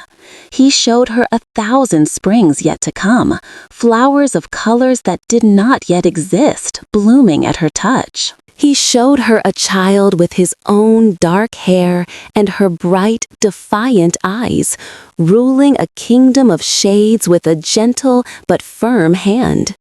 He showed her centuries of quiet companionship, of shared arguments and whispered confidences in the dark. He showed her endings and beginnings, joys and sorrows, an entire, unwritten library of a life that was still hers to live. He did not offer her a memory of what was, but a promise of what could be. He was fighting the perfect, completed portrait with an infinite gallery of sketches. Persephone did not move, but on the shadowy dais at her feet, the smoky quartz Narcissus, the anchor of Erebus's magic, emitted a high, thin, soundless scream. A hairline crack, incandescent with the multicolored light of pure potential, appeared on one of its perfect petals. The stillness of the sanctum was broken. A tremor ran through the very concept of the chamber. The other artifacts on their pedestals flickered, their steady glow wavering as the alien concept of an unfinished story touched them. The lyre of Orpheus seemed to hum with a phantom note. The last silphium seed seemed to tremble with an impossible urge to sprout. Erebus's serene expression finally broke. It was not with anger, but with a profound, cosmic disappointment, the look of a curator watching a vandal throw paint on his most priceless masterpiece. "You do not know what you have done." His voice filled the chamber, no longer calm, but carrying the vast, cold weight of a dying galaxy. "You have reintroduced the fever. You have chosen the struggle over the peace." Hades looked down at Persephone. A single, dark eyelash fluttered against her cheek. It was the smallest of movements, a rebellion so tiny it was almost imperceptible. But in this place of absolute stillness, it was an earthquake, a declaration of war. The crack on the Narcissus widened, and a sliver of quartz fell away, dissolving into motes of chaotic light before it could hit the dais. The pressure on Hades lessened, not because Erebus was yielding, but because his attention was now divided, trying to contain the conceptual damage, to reinforce the stillness that had been so fundamentally violated. Hades leaned close to his wife's ear, his own story now solid, his purpose absolute. "Your mother is burying the world for you," he whispered, his voice rough with emotion. "I am unmaking reality for you. Everything is a mess. It's time to wake up, my queen. We have work to do." Another tremor shook the sanctum, stronger this time. The walls themselves seemed to waver, the polished silence developing fissures through which a faint, chaotic hum could be heard. The prison of stillness was breaking. Hades had not merely knocked on the door, he had planted a seed of wild, uncontrollable life in the heart of a sterile tomb, and it was beginning to grow. He kept his hand on her arm, a conduit for the defiant, messy, beautiful possibility of a story that refused to end.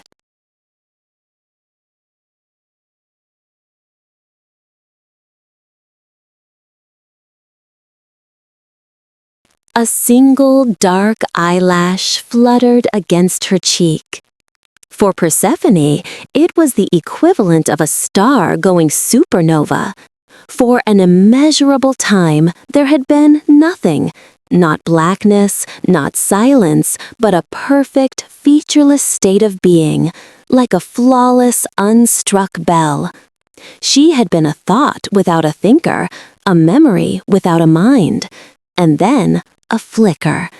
A single alien concept intruded upon the placid ocean of her non-existence. Potential. It was agony. Sensation returned not as a gentle dawn, but as a violent, instantaneous flood. The feeling of the cool, shadowy fabric of the dais beneath her was a grinding abrasion. The subtle pressure of Hades' hand on her arm was a brand of searing fire. The silent, neutral air of the sanctum was 1,000 needles against her skin.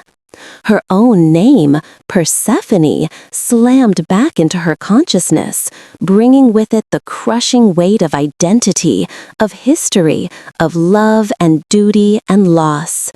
She wanted to scream, but the concept of breath was a foreign language her body had forgotten. "Let it go," a voice whispered, not in her ears, but from the very fabric of the stillness she had just left. It was the voice of the peace she had lost, a siren song of serenity. "This is the fever, the pain of becoming. I can take it away. Return to the quiet. Return to the perfect grace of the finished story." The voice showed her images, not of what could be, but of what was. It showed her a starving child in a mortal village, his skin blue with cold, his final breath a white plume in the unending winter. It showed her a soldier dying in a forgotten skirmish, his last thought one of confusion and betrayal. It showed her the relentless, grinding pain of existence, the cycle of hope and despair she and her mother perpetuated. "All this for a few flowers," the voice of Erebus murmured, full of a deep, dispassionate pity. "Is it worth it?" She felt her will falter. The stillness was so close, so easy.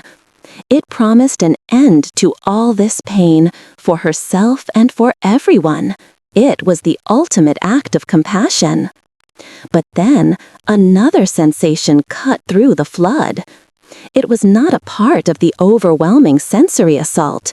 It was a focused, deliberate current flowing from the point of contact on her arm. Through it, she felt Hades. She felt his cold, unyielding rage at Erebus, his terror of losing her, and beneath it all, the steady, unwavering anchor of his memory of her. He was not showing her grand futures or epic destinies. He was showing her the small, treasured pieces of their shared story. The taste of the first pomegranate seed, the shared silence of watching the River Styx flow, the surprising warmth of his hand when he'd first guided her through the halls of his palace. He was not offering her an escape from pain. He was offering her a reason to endure it. Choose, the voice of Erebus insisted, the peace of the whole or the pain of the self. And in that moment, Persephone remembered who she was. She was not just the goddess of spring, she was the queen of the underworld. She understood endings, but she also understood that an ending without a story preceding it was meaningless. She was the bridge between two worlds, the embodiment of the cycle, and her very nature was a rebellion against the finality Erebus offered. Her fingers twitched. The quartz narcissus at her feet cracked again, a spiderweb of incandescent fractures spreading across its surface. No, she thought, and the thought was not a whisper, but a seed of defiance planted in the sterile heart of the void. Her eyelids opened. She was not looking at Hades, but at the high, silent ceiling of the sanctum.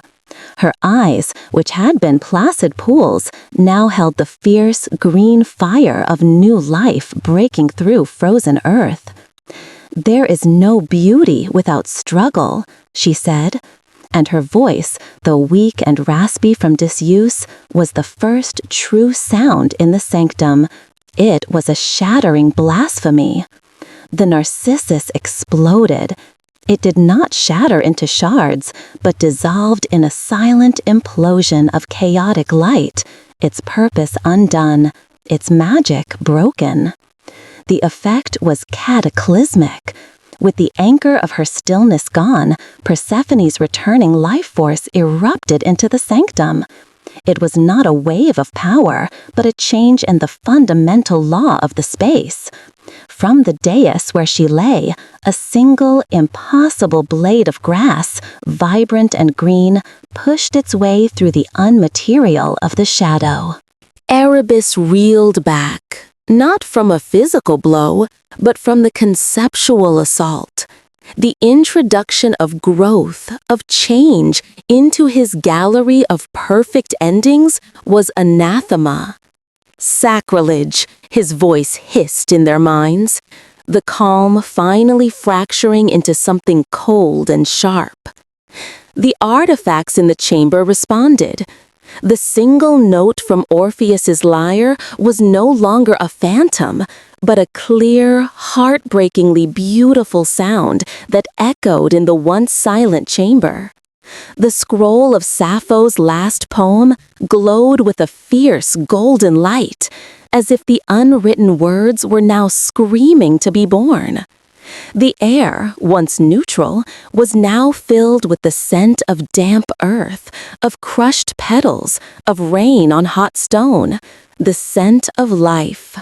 Persephone sat up, swinging her legs off the dais.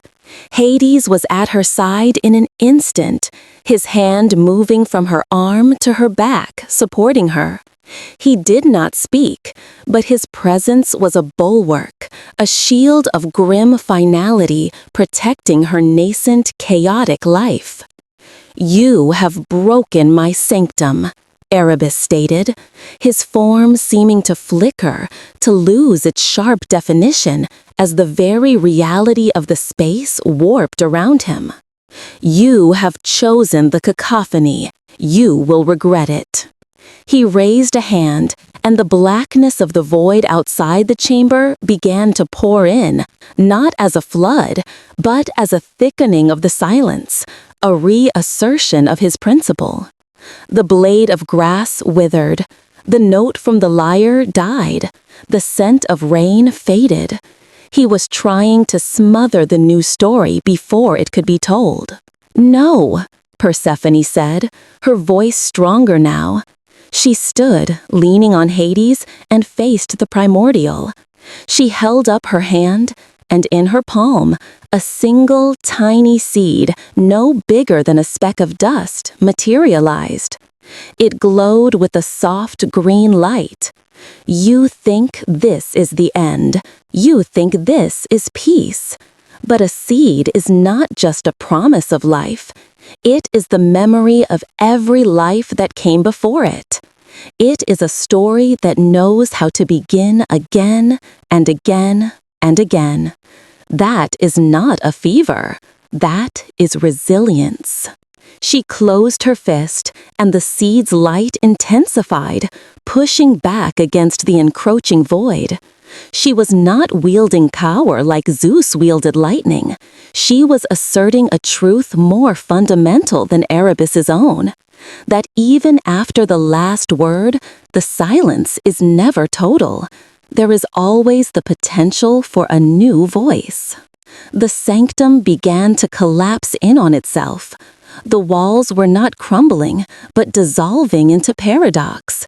A section of the ceiling became a sky full of stars that had never been born. The floor beneath them became a churning sea of ink, filled with the ghosts of letters that had never formed words. They were standing on a tiny island of stability in a sea of conceptual chaos. "We have to leave," Hades said, his arm a band of iron around her. The thread on his arm was pulsing in a wild, erratic rhythm, no longer pulling them towards a destination, but thrashing against the unraveling reality around them.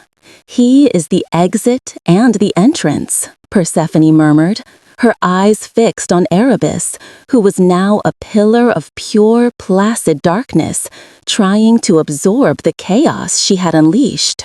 "We cannot fight him. We have to write our way out." She looked at Hades, and he understood. He was the master of endings, she was the mistress of beginnings. And the thread on his arm was the raw, unwritten ink. He met her gaze and nodded. Together they turned their backs on Erebus. They did not run. They walked, a king and queen of a story that was still in motion. Hades focused the chaotic energy of the thread, not as a weapon, but as a pen. Persephone fed it her own indomitable will to begin again, to grow, to cycle. They projected their combined narrative forward, a single, powerful sentence of intent. And so they left the place of endings and returned to the world of seasons, for their story was not yet over. Before them, the churning chaos of the dissolving sanctum solidified. A path formed, not of stone or shadow, but of pure, shimmering narrative. It was a bridge made of unspoken words and unfelt emotions. It led to an archway that shimmered like a heat haze, a doorway back into the gray march. They stepped onto the path. Behind them, Erebus gave a final, sighing whisper that was felt more than heard. "Every story ends." Hades paused, half turning. "But not today," he said. They stepped through the archway, leaving the Primordial alone in the heart of his ruined collection, adrift in the chaotic echoes of 1,000 stories that now refused to lie quiet. The gray march greeted them, but its power felt diminished, its apathetic whispers weak and distant after the absolute negation of the sanctum. The thread on Hades's arm was a dull, steady ache now, its chaotic energy spent. Persephone leaned heavily against him, the effort of her awakening having drained her, but her hand was warm, her breathing steady. She was real. She was alive. They walked through the fading gray, and with the snow gave way to sheer ice, black and polished like obsidian, reflecting the leaden sky. In the distance, they could see the standing stones of the circle, but they were monstrously transformed. They had been encased in layers of ice, swelling them to twice their normal size, twisting them into jagged, cruel shapes that clawed at the sky. It looked less like a temple and more like the exposed ribcage of some vast, dead creature. At the center of the circle, a figure stood. Even from a distance, the aura of power was suffocating. Demeter. She was not the golden-haired, robust goddess of the harvest. She was winter's avatar. Her hair was white with frost. Her skin had the pale, bluish tint of one who has drowned in icy water. Her simple robes were stiff with frozen dew, and a whirlwind of fine, sharp ice crystals swirled constantly around her, a personal blizzard of rage. Her back was to them, her attention fixed on the spot in the center of the circle where the narcissus had once bloomed, the place that was now just a barren patch of ice. Persephone stopped, her breath catching in her throat. Mother. Her voice was a fragile thing, easily stolen by the wind. The figure did not turn, but the swirling vortex of ice around her intensified. She cannot hear you over the storm in her own heart, Hades said, his hand moving to the hilt of his sword. He knew this would not be a simple reunion.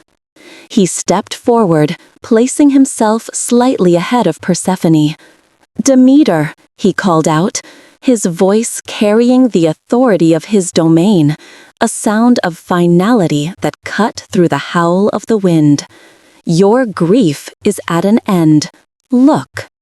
At the sound of his voice, Demeter turned, and the full, undiluted force of her divine wrath struck them. Her eyes were not the warm brown of fertile earth. They were burning pits of glacial blue, devoid of all reason, all compassion. They were the eyes of a force of nature that has forgotten its purpose and knows only how to destroy. When she saw him, a sound of pure hatred tore from her throat. You! The word was a blast of Arctic air that sent a wave of new ice spreading across the ground towards them. Murderer! Thief! You dare to come here, to the site of your crime, to mock Loss with your presence? Mother, no, it's me, Persephone cried, stepping out from behind Hades. Demeter's blazing eyes flickered towards her. For a moment, a flicker of confusion, of desperate hope crossed her face, but it was immediately consumed by a fresh wave of rage and paranoia. Her grief was a jealous thing, a beast that would not give up its meal so easily. A trick, she hissed, her gaze sweeping over Persephone's pale face and dark underworld attire. A shade, a phantom sent to torment me. You think to fool me with this echo of what you stole? My daughter is gone. You killed her. You let her fade in your wretched darkness. She was not in my kingdom, Hades stated, his voice flat and cold, a rock against the storm of her emotion. She was taken. I brought her back. Lies, Demeter shrieked, raising her hands. The sky, already dark, turned black. The whirlwind around her exploded outwards, a maelstrom of ice shards and killing frost. You will lie no more. I will entomb you here. I will freeze the very atoms of your being and leave you as a monument to my pain for all eternity. The full force of the blizzard slammed into them. Hades stood his ground, a pillar of darkness against the white fury, but he felt the sheer elemental power of it, the raw, untamed force of a major god pushed past the breaking point. It was a power to rival Zeus's lightning or Poseidon's seas. Persephone cried out, her own nascent power a flickering candle against this hurricane. She tried to project life, to push back against the death her mother was wielding, but she was too weak, too drained. The ground around her, which had briefly thawed, froze over once more, the ice creeping up her ankles. Demeter's eyes were locked on Hades, the source of all her agony. She saw only the dark god, not the returned daughter. With a final, soul-shattering scream of loss, she thrust her hands forward, and a spear of pure, absolute cold, a shard of winter's very heart, materialized from the storm and shot directly towards Hades' chest.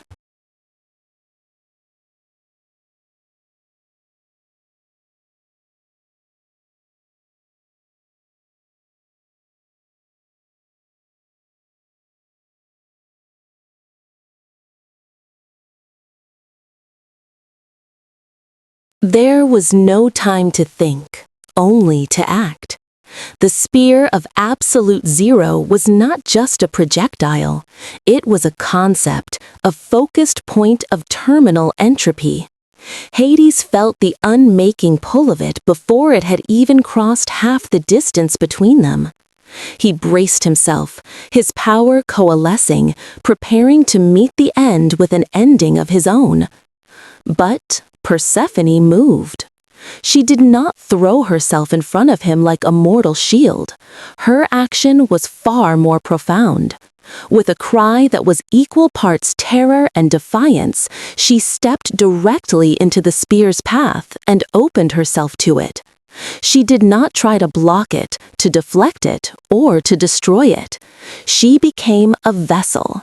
She, the very essence of cyclical life, of spring's inevitable return, met the embodiment of linear, final winter, not with opposition, but with acceptance. The spear struck her. There was no impact, no sound of shattering ice. The moment the tip of the spear touched the center of her chest, it dissolved, not into nothingness, but into her. The raw, divine power of Demeter's grief, an energy potent enough to freeze a world, poured into her being. Persephone's body arched back, a silent scream locked in her throat. Frost, stark white and feathery, exploded across her dark tunic, encasing her in a shell of ice. Her skin, already pale, became translucent, veins showing like dark rivers beneath a frozen lake. The vibrant, living spark in her eyes was almost extinguished, replaced by the same glacial blue fire that burned in her mother's. For a horrifying instant, she became a perfect, frozen statue of herself, a monument to winter's victory. Hades lunged for her, a roar of pure fury finally breaking from his lips, but he was too late. The transference was already complete. And then, the statue cracked. From the point of impact on her chest, a network of fine, dark lines spread through the ice. But it was not the ice that was breaking. It was Persephone, from within. This was not the passive cold of Demeter's grief. This was something else. It was the cold of the deep earth, the chill of the tomb, the patient, enduring cold of the underworld. She had not just accepted the winter, she had absorbed it, claimed it, and made it a part of her own domain. With a sharp, cracking sound that echoed across the frozen plain, the shell of ice around her exploded outwards. It was not a violent blast, but a wave of profound stillness. The raging blizzard around them died instantly. The howling wind fell silent. The swirling ice crystals that formed Demeter's aura dropped to the ground like so much dust.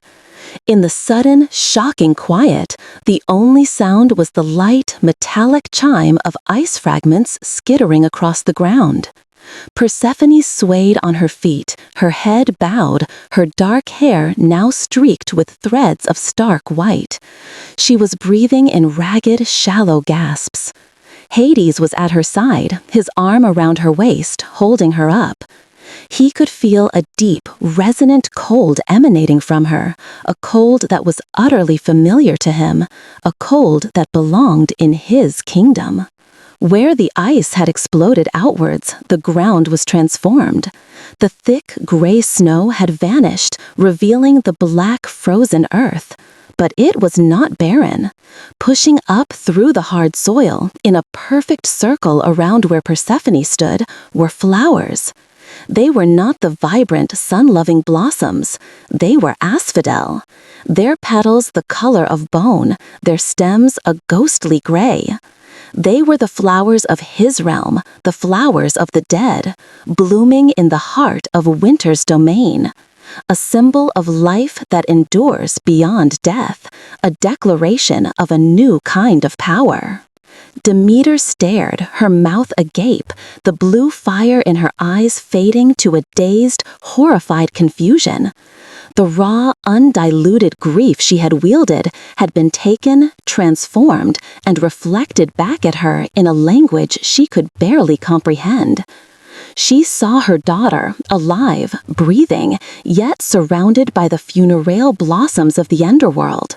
She saw the streaks of white in her hair, the deathly pallor of her skin, and the unyielding strength in the way she now stood, pushing away from Hades' support to face her. What are you?" Demeter whispered, the question not one of identity, but of nature. "I am your daughter." Persephone's voice was low, but it held a new resonance, a chilling authority. The cold of the spear was still inside her, but it no longer burned. She had tamed it. I am the spring that survives the frost. I am the life that grows in the dark. You tried to end a story, Mother, but all you did was give me a new chapter to write. Demeter took an involuntary step back, her gaze fixed on the asphodels. Her grief, once a simple, all-consuming fire, was now complicated by a terrible new fear. The daughter she had lost was not the one who stood before her now. This was someone harder, colder, someone who wore the shadow of her husband's realm like a second skin. Hades watched them, his hand still hovering near Persephone's back, ready to catch her if she fell. The fury he had felt was cooling into a grim, protective resolve. He saw the tremor in Persephone's hands, the exhaustion that pulled at the corners of her eyes. Her display of power had cost her dearly. He also felt the faint, disquieting hum from the scar on his arm. The massive expenditure of divine energy, first from Demeter, then from Persephone, had created a ripple in the fabric of the world, and the chaotic thread was reacting to it, like a compass needle spinning wildly near a lodestone. He felt a subtle shift in the air, a momentary distortion at the edge of his vision, as if something were looking at their world through a warped lens. The price was not just a scar, it was a beacon. "The world is dying," Persephone said, her voice softening now, pleading. She gestured to the gray, lifeless sky, the dead trees. "Your pain is understandable, but it is not an excuse. You are the goddess of life. Remember that." Demeter's face crumpled. The rage was gone, leaving behind only the vast, empty space of her sorrow. A single frozen tear traced a path down her cheek. "He changed you," she accused, her voice breaking, her accusing finger pointing a trembling hand at Hades. "He tainted you. Those flowers, that is not life. That is an abomination." "This," Persephone said, touching one of the pale asphodel petals with a reverent finger, "is survival. He did not taint me. He showed me a different kind of strength. I was taken, Mother, not by him, by a silence that wanted to erase all of us. He walked into oblivion to bring me back. While you were freezing the world, he was unmaking it for my sake. The truth of her words hung in the cold, still air. Demeter's worldview, a simple narrative of a dark villain and a stolen daughter, could not withstand it. It was too complicated. Her gaze shifted between Hades's grim, scarred face and her daughter's transformed one. The blizzard had ceased, but the winter in her heart remained, a deep, intractable glacier of pain. She could not yet let it go. The winter will not end, Demeter stated, her voice regaining a sliver of its cold finality. It was no longer a threat of rage, but a statement of fact, a promise born of stubborn, unbreakable sorrow. Not while she wears the shadow of his crown, not while my daughter is bound to the grave. She would not fight them, not now. She had spent the heart of her power, and her certainty was fractured. But she would not yield. The world would remain her hostage. With a final, heartbroken look at Persephone, a look that mourned a child she now believed truly lost, Demeter's form dissolved into a swirl of snow and bitter wind, vanishing from the circle. The oppressive divine presence was gone, leaving only the deep, mundane cold. Persephone swayed, the last of her strength finally giving out. Hades caught her, scooping her into his arms. She was terrifyingly light. "Stubborn old woman," he muttered, but there was no heat in it. He looked down at his wife, her head resting against his shoulder, her eyes closed. The white streaks in her hair were a stark reminder of what had just happened. She had faced down two fundamental forces, Erebus and Demeter, and bent them both to her will.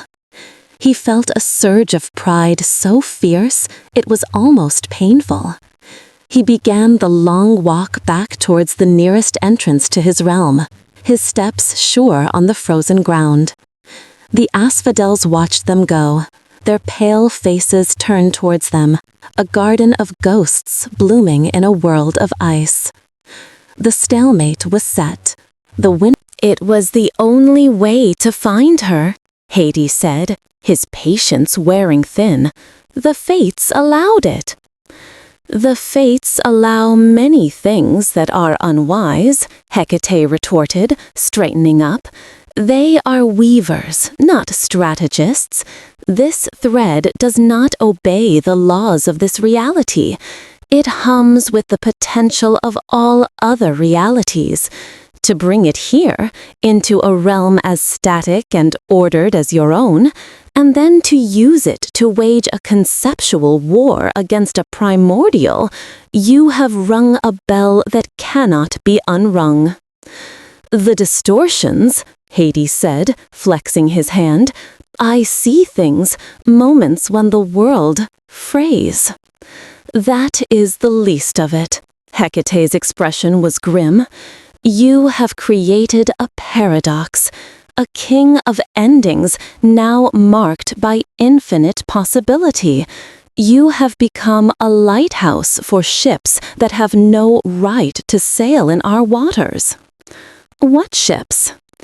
Hecate walked to the chamber's balcony, which overlooked the silent, gray expanse of the asphodel meadows. Our cosmos is not the only story that was ever conceived. It is merely the one that the fates chose to weave. But outside our tapestry, in the void between what is and what could be, there are other things, older things, creatures of pure potential, without form or fate, who were never given a place in the story, the Unwoven. She turned back to face him, her silhouette framed against the pale landscape. They are drawn to frayed ends, to paradoxes, to places where the weave is thin. They are hungry for reality. For millennia, the order of our world has kept them out. But now, she gestured to the world outside the balcony, Demeter's grief has weakened the mortal realm, stretching its fabric thin. Persephone's transformation has created a new nexus of power, a knot of life and death that hums on a frequency this world has never known. And you, she finished, her eyes locking onto his scar, you have torn a hole and fashioned it into a door. They have felt you, they have seen you, and they are curious. As if to punctuate her words, the scar on his arm flared with a violet light so intense it made him hiss. Beyond the balcony, across the silent fields of asphodel, a flicker, a distortion in the distance, as if the air itself had folded. For a single, impossible moment, a shape was silhouetted against the pale horizon, a thing of angles that did not fit, of a geometry that was an insult to the eye. Then it was gone. The shades in the meadows below stirred, a low moan of collective unease rising from the countless thousands. They had not seen what he had seen, but they had felt the ripple of its presence pass through the realm. The fundamental order of their existence had been momentarily questioned. Hades's hand went to the hilt of his sword, his knuckles white. All his long existence, his enemies had been tangible. Titans, rebellious heroes, ambitious gods. They had rules, they had stories. How was he to fight an enemy whose very nature was the absence of rules, the antithesis of a story? They cannot be fought with swords or armies, Hecate said. They are ideas. To fight them is to acknowledge them, and to acknowledge them is to give them a foothold in your reality. Then what is to be done? He demanded, his voice a low growl of frustration. The wound must be healed, Hecate said. The story must be restabilized. The mortal world must be brought back into its cycle. Demeter must end her winter. A bitter laugh escaped Hades's lips. She will not while Persephone is bound to me. Then you must find a new bargain, Hecate insisted, a new story that all three of you can agree to inhabit. The old one is broken, and its pieces are attracting scavengers. On the bed, Persephone stirred. A soft murmur escaped her lips, and her brow furrowed. She was dreaming. Hades was at her side in an instant, his concern for the larger crisis eclipsed by the immediate reality of her. He placed a hand on her forehead. It was still so cold. As he touched her, he felt a flicker of her dream. He did not see images, but felt concepts. He felt the crushing weight of a world's worth of ice. He felt the defiant, stubborn warmth of a single seed buried deep in frozen earth. He felt her power, not as a gentle tide of life, but as a vast, sleeping root system, learning its new shape, testing the boundaries of its new domain, a domain that now included the chill of the grave as well as the warmth of the sun. She was not just dreaming, she was growing, evolving. He looked from his sleeping, changing wife to the scar on his arm, a gateway to chaos. He looked out at his kingdom, now under threat from an enemy he could not comprehend. He had won. He had brought her home. But the story was far from over. He had saved the main character, only to find he had torn the book, And now, monsters were crawling out from between the pages.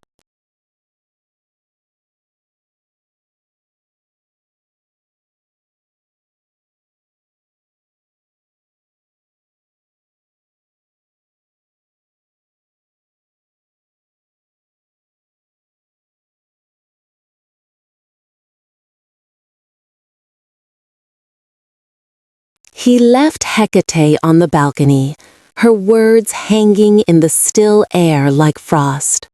The cosmic scope of her warning was too vast, too abstract. He returned to the bedside, his world shrinking to the quiet space around the woman he had just pulled from the brink of non-existence.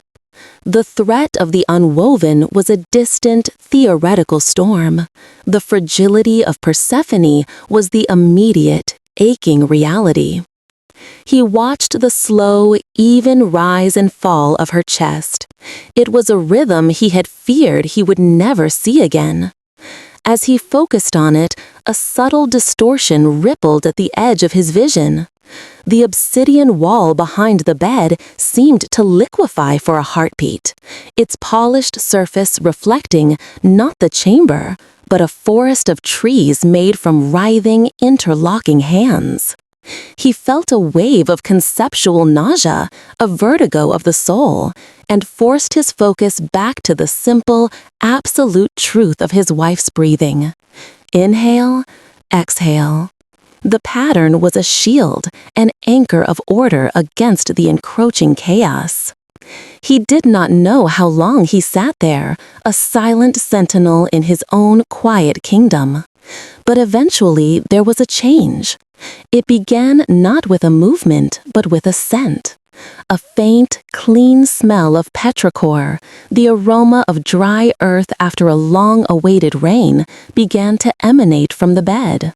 Then, a single, pale asphodel, perfect and waxen, bloomed from the dark fabric of the pillow beside her head. Persephone's eyes opened. For her, the return to consciousness was not a jarring flood, but a gentle unfurling. She felt the world in layers. First, the deep, foundational cold that was now a part of her marrow. Not a hostile invader, but an accepted, integrated part of her being. Then, the surprising softness of the sheets, the solid presence of the bed. Finally, she felt him. She did not need to see him. She could feel his story, a vast, orderly narrative of duty, solitude, and a deep, unyielding love that had just been scarred by a terrifying brush with chaos. She turned her head, her gaze meeting his. Her eyes were still the vibrant green of new leaves, but now, if one looked closely, they were flecked with the crystalline white of hoarfrost. "Hello," she whispered, her voice no longer raspy, but clear and quiet, like the sound of a stream running under ice. "You're cold," was all he could manage to say, his voice rough. A faint smile touched her lips. "I know." She pushed herself up into a sitting position, her movements slow but steady. She looked at her hands, turning them over. They were pale, the skin almost luminous.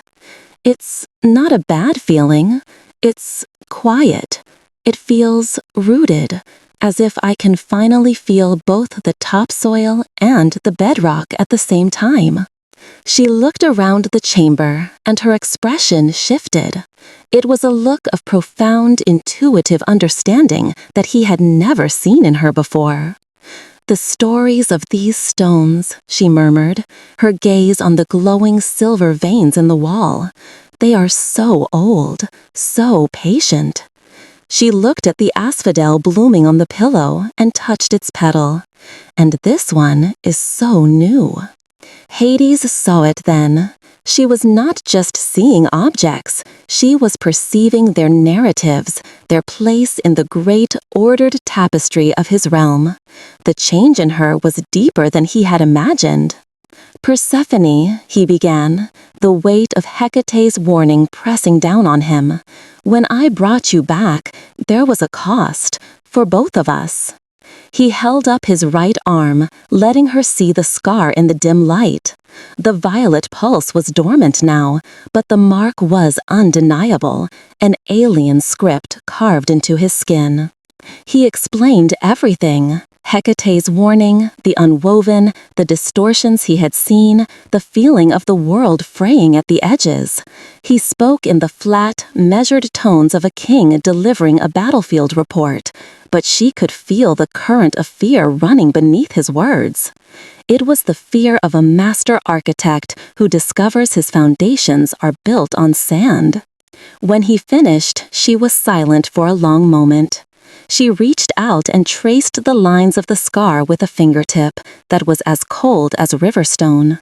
His skin tingled at her touch, a strange sensation that was neither pleasant nor painful. "A door," she said, her voice filled with a strange resonance.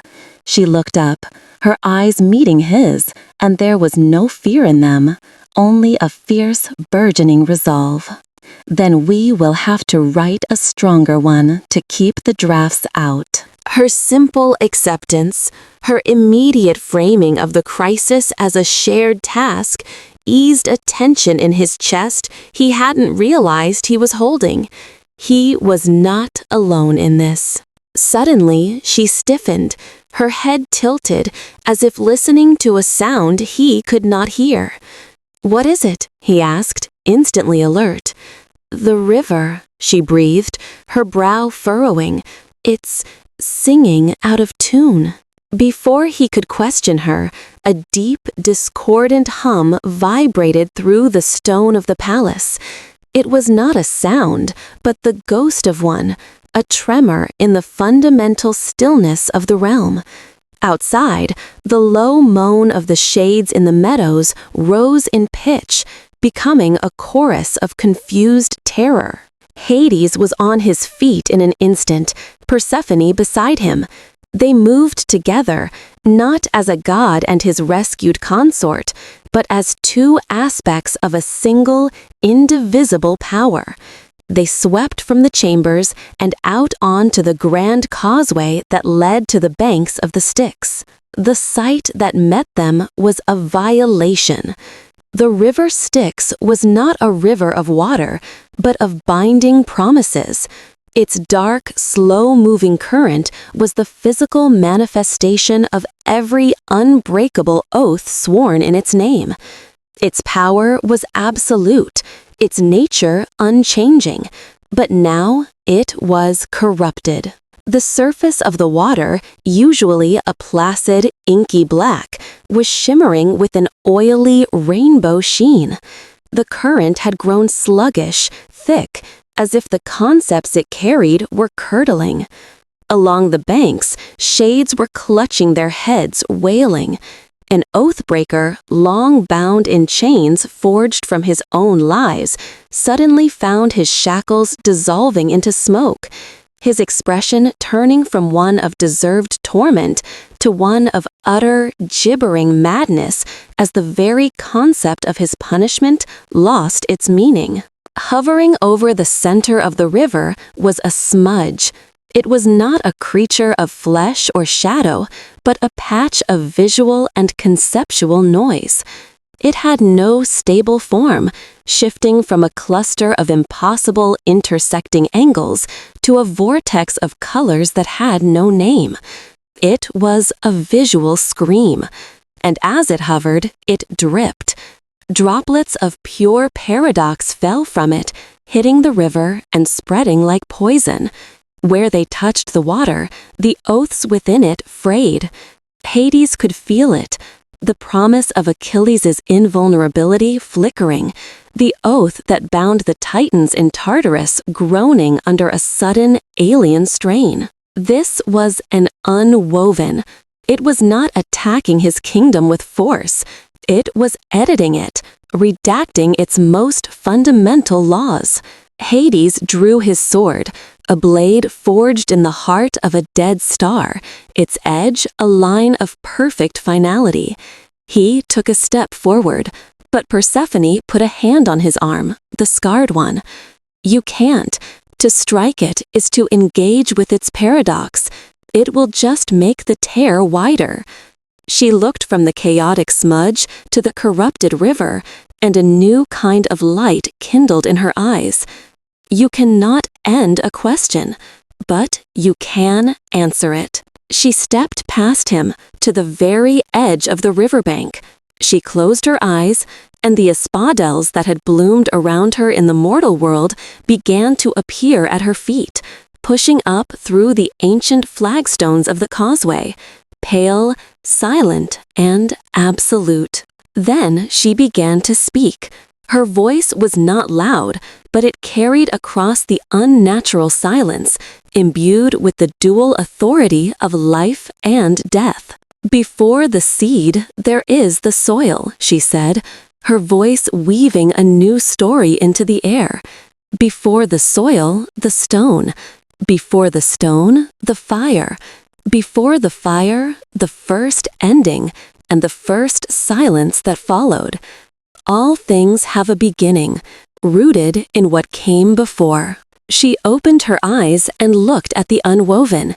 The smudge flickered, its chaotic shifting momentarily faltering. Her story, a simple, linear narrative of creation, was anathema to it. Hades understood. This was not a battle of power, but of narrative dominance. The Unwoven was a creature of what if. They had to reassert the absolute authority of what is. He stepped to her side, his left hand resting on the hilt of his sword, his scarred right arm held at his side. He let the chaos of the scar resonate, not to fight the creature, but to understand its language. He focused his own will, his entire being, on the concept of the river. All things have an ending, he stated, his voice the sound of a tomb door closing for the last time. The river flows to the sea. The oath is kept or broken, and a price is paid. The story concludes. There are no other possibilities.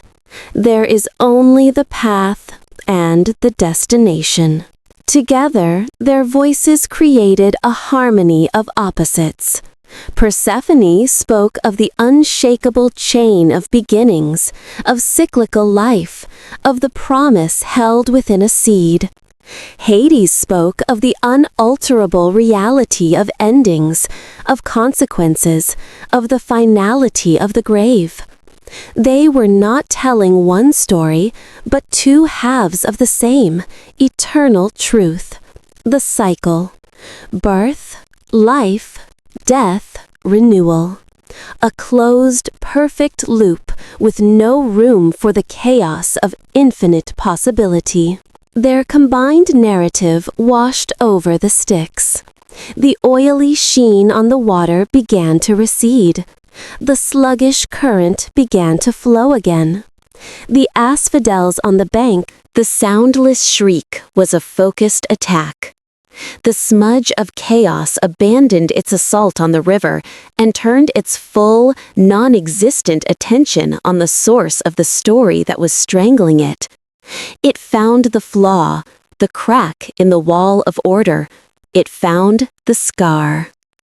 Hades felt it as a physical impact, not to his body, but to his very concept of self. The violet light in the scar on his arm flared, and the chaos it was connected to surged inwards. The world dissolved. He was no longer standing on the banks of the Styx. He was standing on a shore of grinding, geometric shapes, watching a sea of pure possibility boil under a sky of screaming magenta. He saw a version of himself that had accepted Zeus's offer of a place on Olympus, a sun-bleached god of wealth, his face empty and smiling. He saw a version where he had lost the Titanomachy, his essence chained and used as the foundation stone for a new, monstrous cosmos.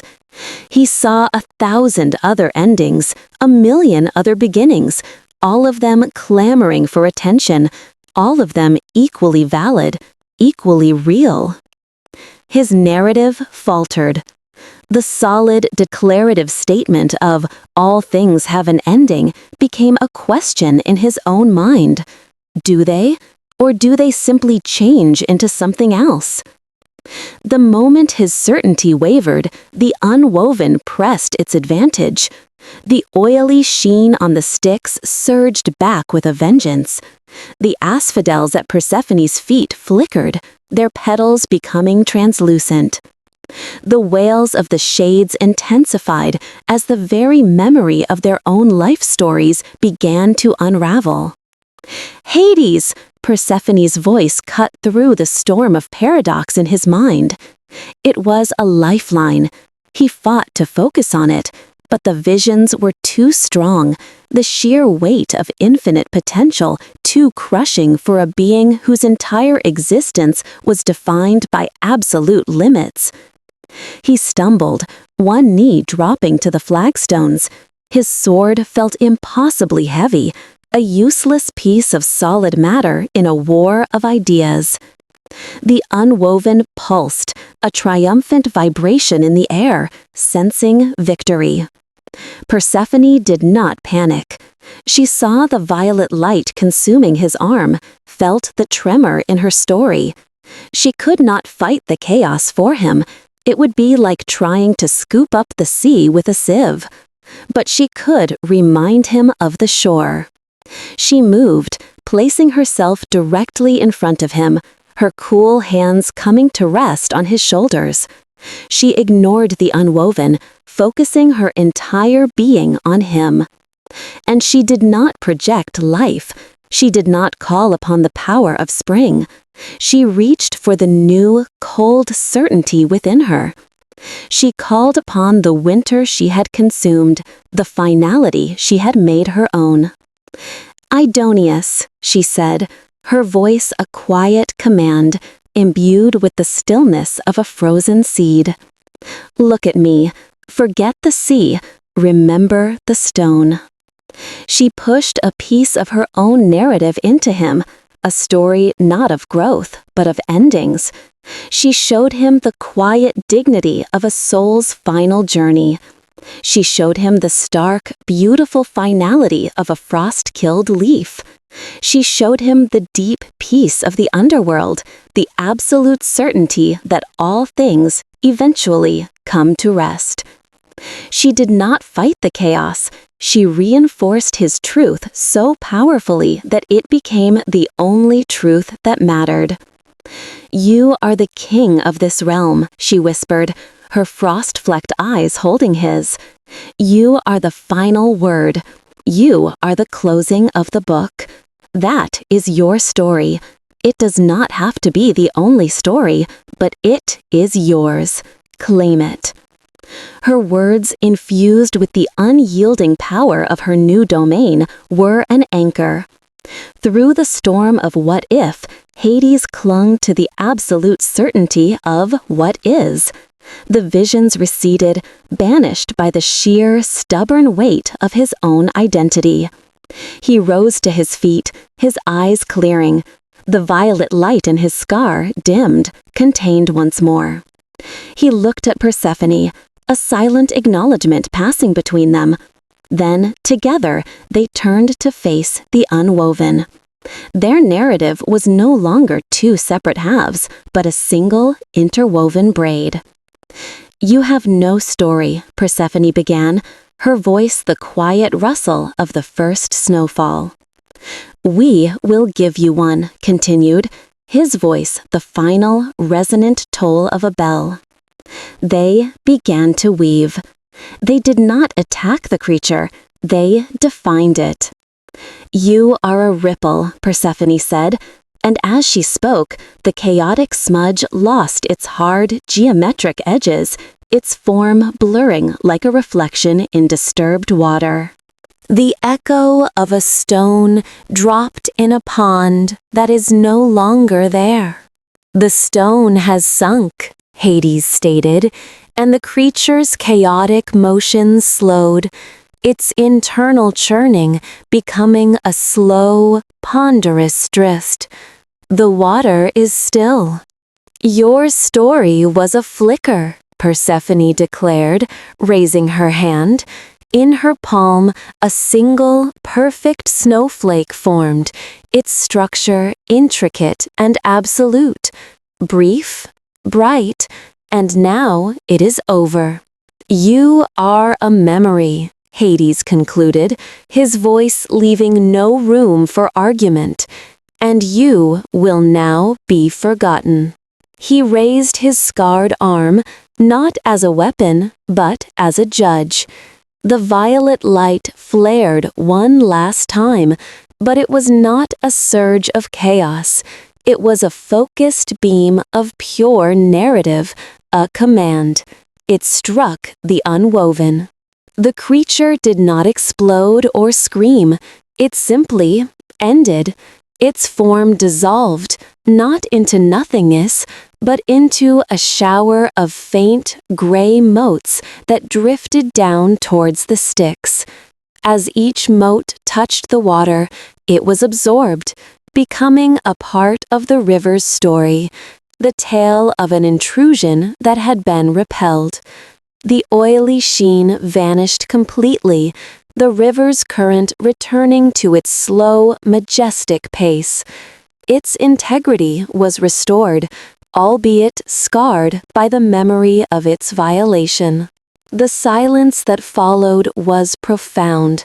The shades ceased their wailing, looking around in a daze, the memory of their momentary unraveling already fading.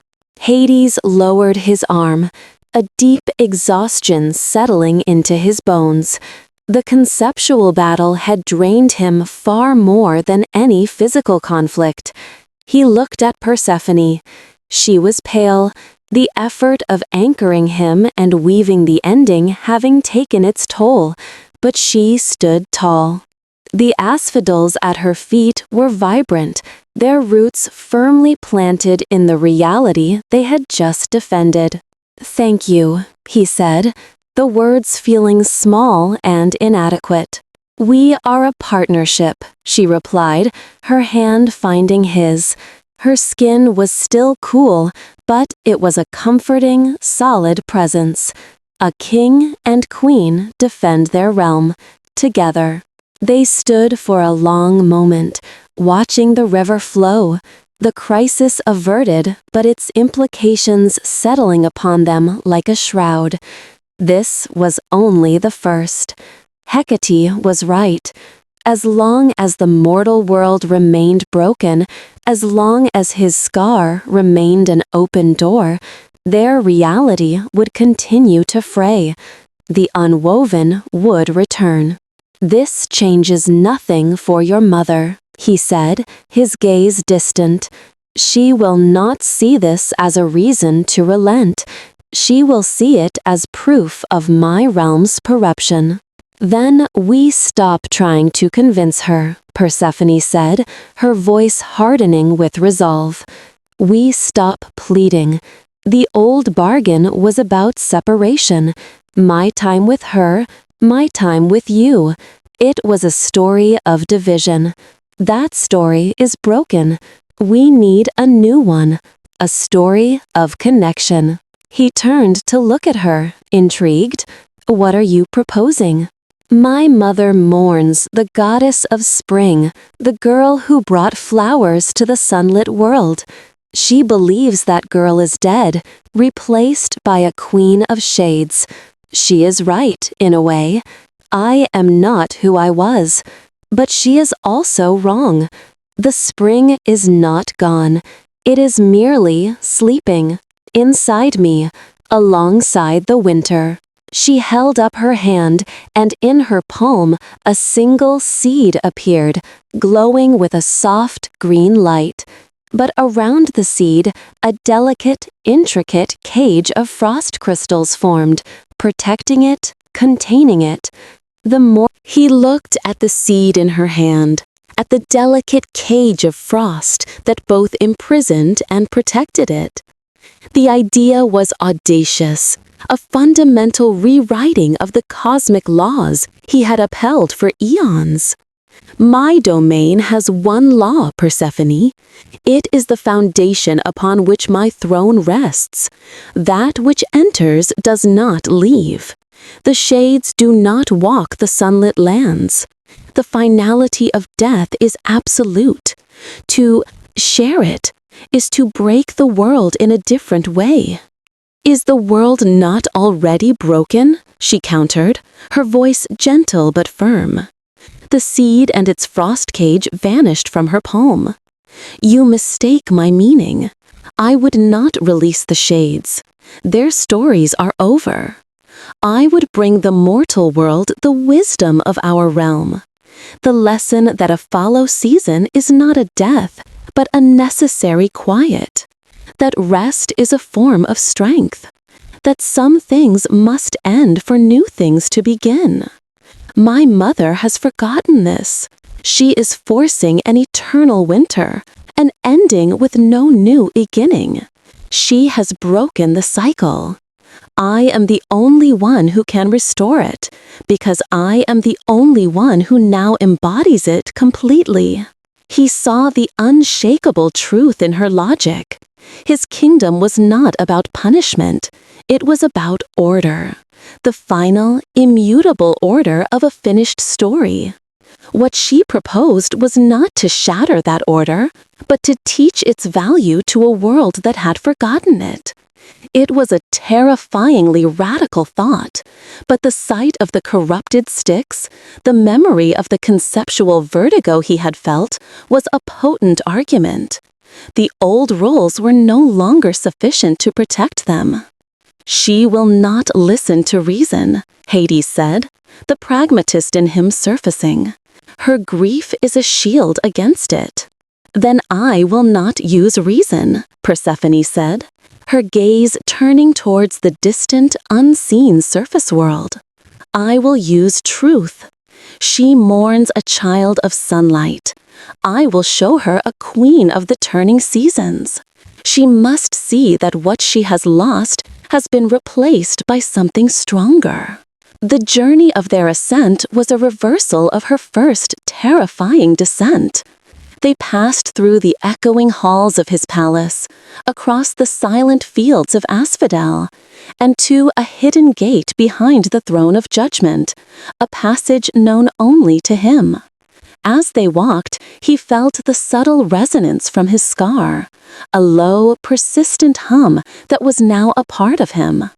He was acutely aware of the fragility of the reality around them, scanning the edges of his perception for any flicker of wrongness, any smudge of chaos.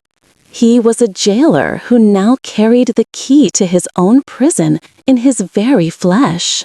The air grew thinner, the profound stillness of the underworld giving way to a pressure that felt like a great weight on his soul.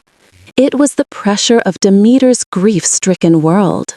They emerged not into a cave, but into the hollowed-out heart of a petrified redwood.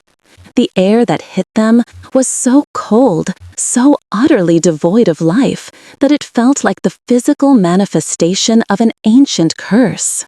The forest was a graveyard of giants. Mighty trees, thousands of years old, stood as statues of gray, frozen wood. The wind, when it moved, did not rustle branches, but made a dry, scraping sound, like bones rubbing together. The light was a weak, gray watercolor wash that failed to reach the forest floor, which was coated in a sheet of ice as clear and hard as diamond, locking the dead leaves and fallen needles in a perfect, timeless tableau of decay. Persephone placed a hand on the petrified bark of the tree they had exited. There was no flicker of life spirit, no dormant energy waiting for spring. There was nothing. It was not sleeping. It was an artifact, an echo of a life long since extinguished. A pained expression crossed her face, a physician diagnosing a terminal illness. "This is worse," she whispered, her breath misting in the frigid air. "The cold is settling. It is becoming the world's new nature." They traveled through the dead landscape, two figures of shadow and frost in a world of gray. They passed frozen rivers where the ice was miles thick, locking the water in a state of eternal paralysis. They saw the shapes of bears and wolves, frozen in their dens, never to wake. But the most horrifying sight was the silence of the human world. As they crested a ridge overlooking what was once a fertile valley, they saw a village, or what was left of it. A few dozen stone huts, huddled together as if for warmth, their roofs thick with snow that never melted. No smoke rose from the chimneys. No children played in the single frozen street. No life stirred. It was a collection of tombs. Drawn by a terrible compulsion, Persephone walked down into the village. Hades followed, his hand resting on his sword, though he knew there was no enemy here left to fight. She stopped before the largest hut and pushed open the heavy wooden door, which groaned on frozen hinges. Inside, the cold was absolute. A family was gathered around a hearth that held only ashes. An old woman sat in a chair, a half-finished piece of weaving in her lap, her eyes open and staring at a wall. A man and a woman lay on a pallet of straw, wrapped in furs, holding each other in a final, frozen embrace. On a small cot, two children were curled together, their faces peaceful, as if they had simply fallen asleep and would wake in the spring. But spring was a forgotten story. Persephone knelt by the children's cot. Her face was a mask of sorrow, but it was a different sorrow from her mother's. Demeter's grief was a hot, raging thing that sought to punish the world for its loss.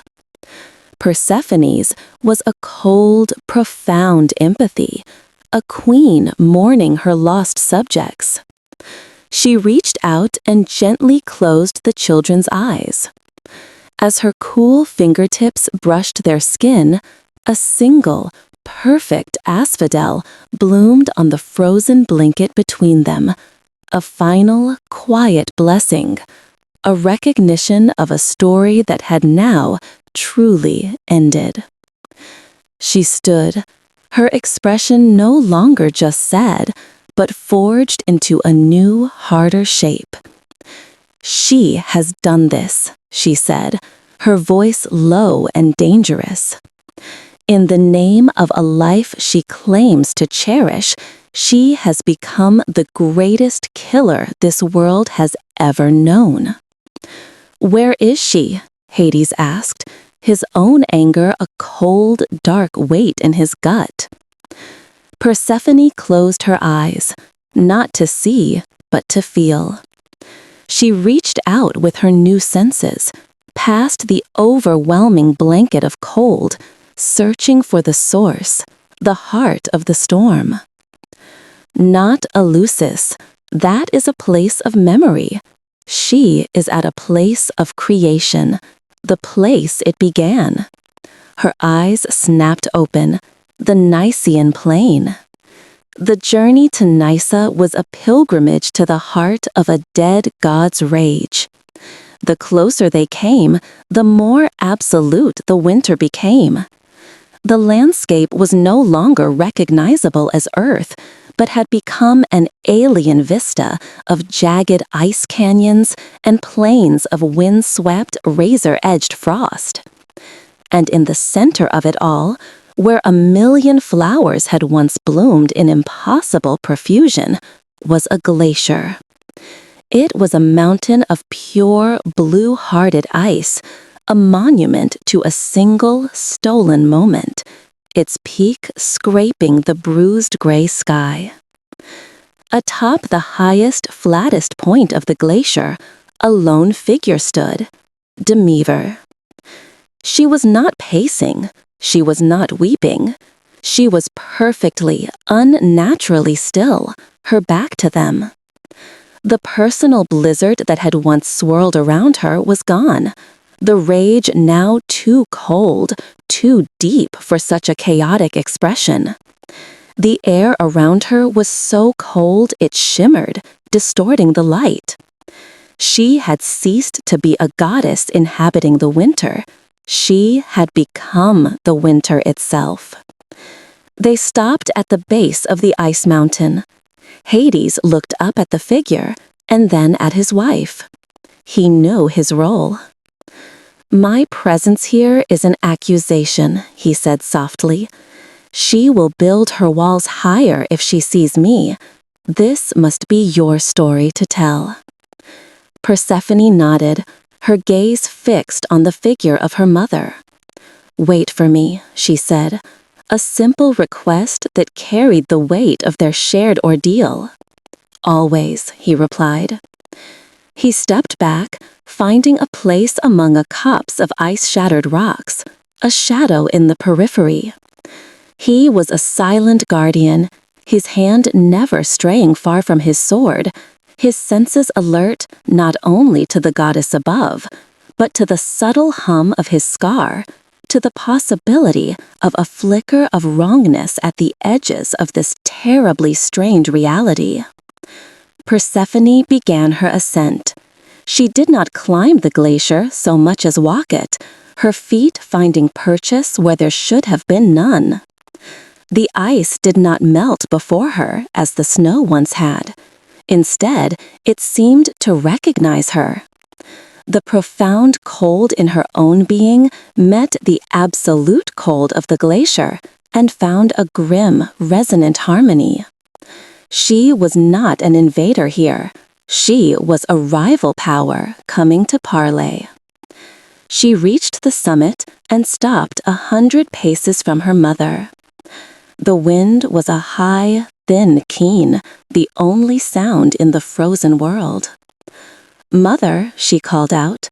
Her voice did not carry the desperation of their last meeting, nor the pleading of a lost child.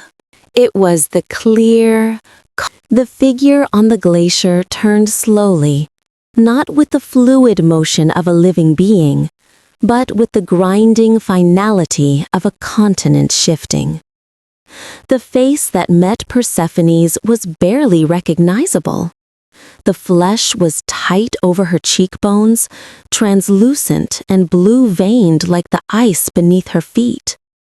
Her eyes were not the burning glacial blue of her rage, but something far more terrifying. They were the flat, empty white of a sky perpetually overcast, voids from which all light and warmth had been permanently evicted. She had become a perfect effigy of her own grief. "So the shade learns new tricks." Demeter's voice was not a shriek, but a low, resonant crackle, the sound of ancient ice under immense pressure. "It walks and talks and mimics the child I lost. What does your master want now? To gloat? Has he sent you to describe to me the darkness in which you faded?" "He sent me nowhere," Persephone replied, her calm a stark contrast to the elemental despair before her.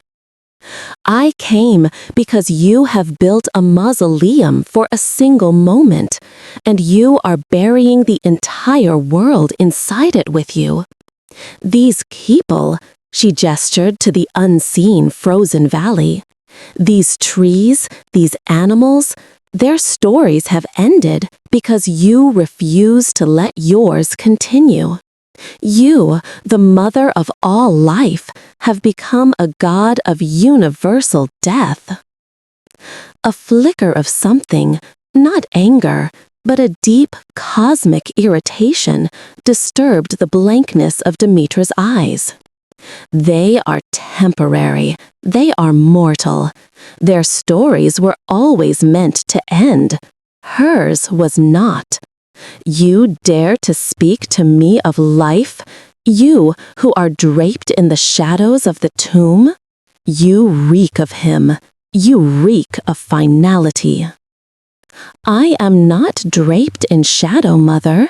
I am wearing it, Persephone stated, taking another step forward. I have learned its shape. I have learned its purpose. You see only the ending. You have forgotten that the soil must lie fallow before it can bear fruit, that the seed must be buried in the dark before it can seek the light. You have forgotten the wisdom of the grave. Lies. The word was a blast of absolute zero, a wave of pure entropy that shot across the ice. It was not a physical force, but a conceptual one, designed to unmake the very life force it touched. The air before it solidified, cracking into fractals of impossible geometry. The grave is a thief. It is an ending without a reason. There is no wisdom in it, only loss. The wave of annihilation washed over Persephone. She did not brace against it. She did not counter it with a burst of spring. She simply stood, and as the force hit her, she accepted it. The nascent cold within her, the winter she had claimed from Demeter's first attack, rose to meet it not as an enemy, but as a sibling. The power meant to extinguish her was drawn into her, assimilated, and understood. The dark fabric of her tunic shimmered, and a delicate, complex pattern of frost, like the ferns on a frozen window pane, bloomed across its surface. The white streaks in her hair glowed with a soft internal light. She had taken Demeter's ultimate expression of an ending and turned it into an adornment. Demeter stared, her white eyes widening almost imperceptibly. For the first time, a crack appeared in her monolithic sorrow. This was not the power of the dark god she hated. This was something else, something she did not understand. You see? Persephone's voice was soft, yet it echoed across the vast, silent glacier. You wield winter like a sword, to kill. But winter is not a sword. It is a plow. It is the quiet that allows the world to dream of what it will become next. She held out her hand. From the solid, dead ice at her feet, a single blackened and frozen branch was drawn, levitating into her palm. It was a relic from a tree that had died millennia ago, its life story long since concluded. You believe this is the end, Persephone said, her gaze on the branch.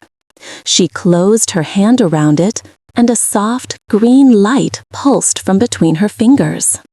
But it was not the raw, vibrant light of spring. It was a more complex light, woven with threads of shadow and silver. She was not forcing life into the branch. She was showing the story that was already there. She opened her hand. The branch had transformed. In a shimmering, time-lapsed illusion that only the two goddesses could see, they watched its entire cycle unfold. They saw it sprout from a seed in fertile soil, grow into a sapling, and then a mighty bough. They saw birds nest in its leaves in summer, and saw those leaves turn gold and fall in autumn. They saw it endure countless winters, sleeping under a blanket of snow. They saw it grow old, its bark thickening, its limbs growing heavy. They saw it finally fall in a great storm.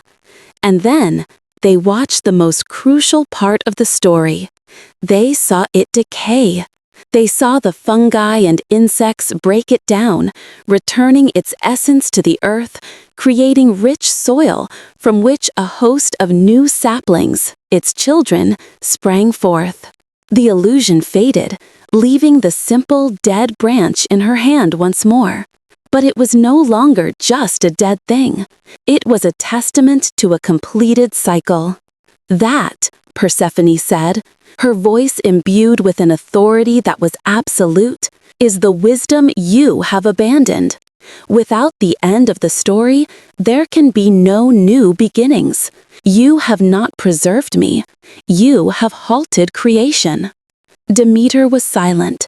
Her gaze was fixed on the branch, but she was seeing the phantom images of its life, its death, and its rebirth.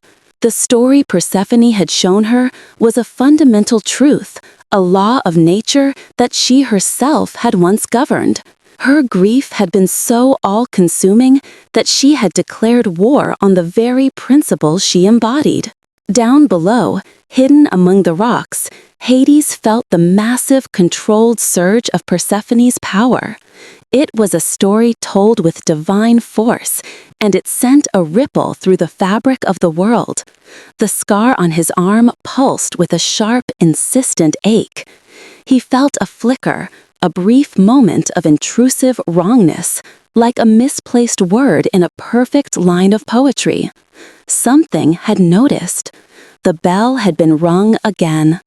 He tightened his grip on his sword, his eyes scanning the periphery, his vigilance a cold, hard shield around the drama unfolding on the ice above. "What do you want?" Demeter's voice was different now. The resonant crackle was gone, replaced by a thin, brittle sound, the first crack in the glacier. "A new bargain," Persephone said, letting the dead branch fall. It clattered on the ice, the sound unnaturally loud in the silence. "The old one is broken." It was a story of a divided girl. "I am no longer divided. I am whole. I contain the darkness and the light, the seed and the frost." She walked forward until she was only a few feet from her mother, close enough to see the frost that had gathered on her lashes. "I will not divide my time. I will mark it. For part of the year I will walk your world, and I will bring the full force of my power with me. The flowers will bloom, the grain will grow, the sun will warm the soil. It will be a time of life, of creation, a celebration of beginnings." Demeter's expression was unreadable, a mask of frozen sorrow. "But when the harvest is done," Persephone continued, her voice dropping, taking on the chill of the underworld, "and the world has grown tired, I will return to my kingdom, to my husband. And I will not leave your world empty. I will leave it with the gift of my other half. I will bring your winter. Not this," she gestured to the dead, static ice around them. "Not this endless, hateful ending. I will bring a true winter, a time of sleep, a time of quiet, a time for the world to rest and gather its strength for the story of its own rebirth. It will be a season of endings to make way for new beginnings." She held out her hand. "The world will have its cycle again, Mother. It will have its spring, and it will have its winter, its life, and its necessary peaceful death. I will be the queen of both. All you must do is let go of this grief and allow the story to turn to the next page." Demeter looked from Persephone's outstretched hand to her face. She saw not the laughing girl who had picked flowers, nor the pale shade she had imagined. She saw a woman, a queen, a force of nature as fundamental and powerful as herself. She saw the truth of the cycle, a truth she had denied for so long. A single tear, the first liquid thing to exist on this glacier, welled in Demeter's eye. It traced a path down her frozen cheek, not melting the skin, but freezing as it fell. A perfect, teardrop-shaped diamond that dropped to the ice with a faint, crystalline chime. The sound was the loneliest thing Hades had ever heard. The great, monolithic ice of her grief had not melted, but it had finally, irrevocably cracked.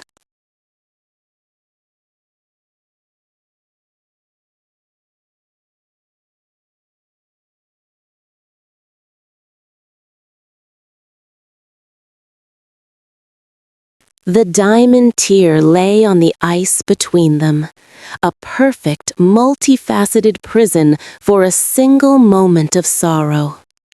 Demeter's gaze was fixed upon it, as if the entire history of her pain was contained within its cold, clear depths. The blank whiteness of her eyes began to recede, like a tide pulling away from a barren shore, revealing the familiar storm-blue irises beneath. They were no longer burning with rage, but were scoured clean, exhausted, and filled with a grief so profound it had become a part of the landscape of her soul. "A queen of both," she repeated, her voice a whisper of wind through a ruin. She looked at Persephone, truly looked at her for the first time since their confrontation. She saw the frost on her daughter's tunic, the silver in her hair, the quiet, unshakable authority in her stance. It was true. The girl was gone, but the goddess who remained was magnificent. A painful, prideful ache stirred in the frozen depths of Demeter's heart. "The world has paid too high a price for my love," Demeter said, a statement of fact, devoid of self-pity. It was an admission that cost her more than all the power she had expended. She knelt, her movements stiff and ancient, and with a hand that trembled slightly, she picked up the diamond tear. It did not melt at her touch. She held it up. "You speak of a plow, of rest, of a peaceful ending. I no longer know how to wield such a tool. My hand is shaped only for the sword." She extended the tear to Persephone. "Then take it. Let this, the heart of my winter, be the heart of yours. Let it be the seed from which your season of quiet grows. Rule it with the wisdom I forsook." Persephone accepted the diamond. It was colder than any ice, a concentration of loss that seemed to drink the very light from the air. As her fingers closed around it, she felt the full, unvarnished story of her mother's pain. Not the rage, but the hollow, echoing loneliness that had fueled it. She understood, and in that understanding, she forgave. The diamond dissolved into her palm, not as water, but as a wave of silver-blue light that flowed up her arm and into her heart. The frost on her tunic deepened, becoming a permanent, intricate embroidery of silver thread. A new weight of responsibility settled upon her, the mantle of a season she had never asked for, but now willingly bore. With the transfer of power, the last of Demeter's monumental control snapped. A sound began, a low, deep groan from the heart of the glacier beneath their feet. It was the sound of a world holding its breath for too long, finally beginning to exhale. Down below, Hades felt the shift before he saw it. The oppressive, static cold that had saturated the very stones for months lessened, replaced by a dynamic, terrifying instability. The scar on his arm flared, a sharp, searing pain, and for a sickening moment, the ice-shattered rocks around him seemed to writhe, their sharp edges momentarily softening into fleshy, searching tendrils. He clamped his will down, forcing reality back into its proper shape, his eyes fixed on the summit. A crack, thin as a spider's thread, appeared at Persephone's feet. It raced across the summit, splitting the vast, flat expanse of ice. Then another, and another, a web of fractures spreading in every direction. The groan became a deafening roar, the sound of a mountain breaking apart. "It is time," Persephone said, her voice cutting through the din. She took her mother's arm. The story is turning. The glacier was not melting, it was shattering.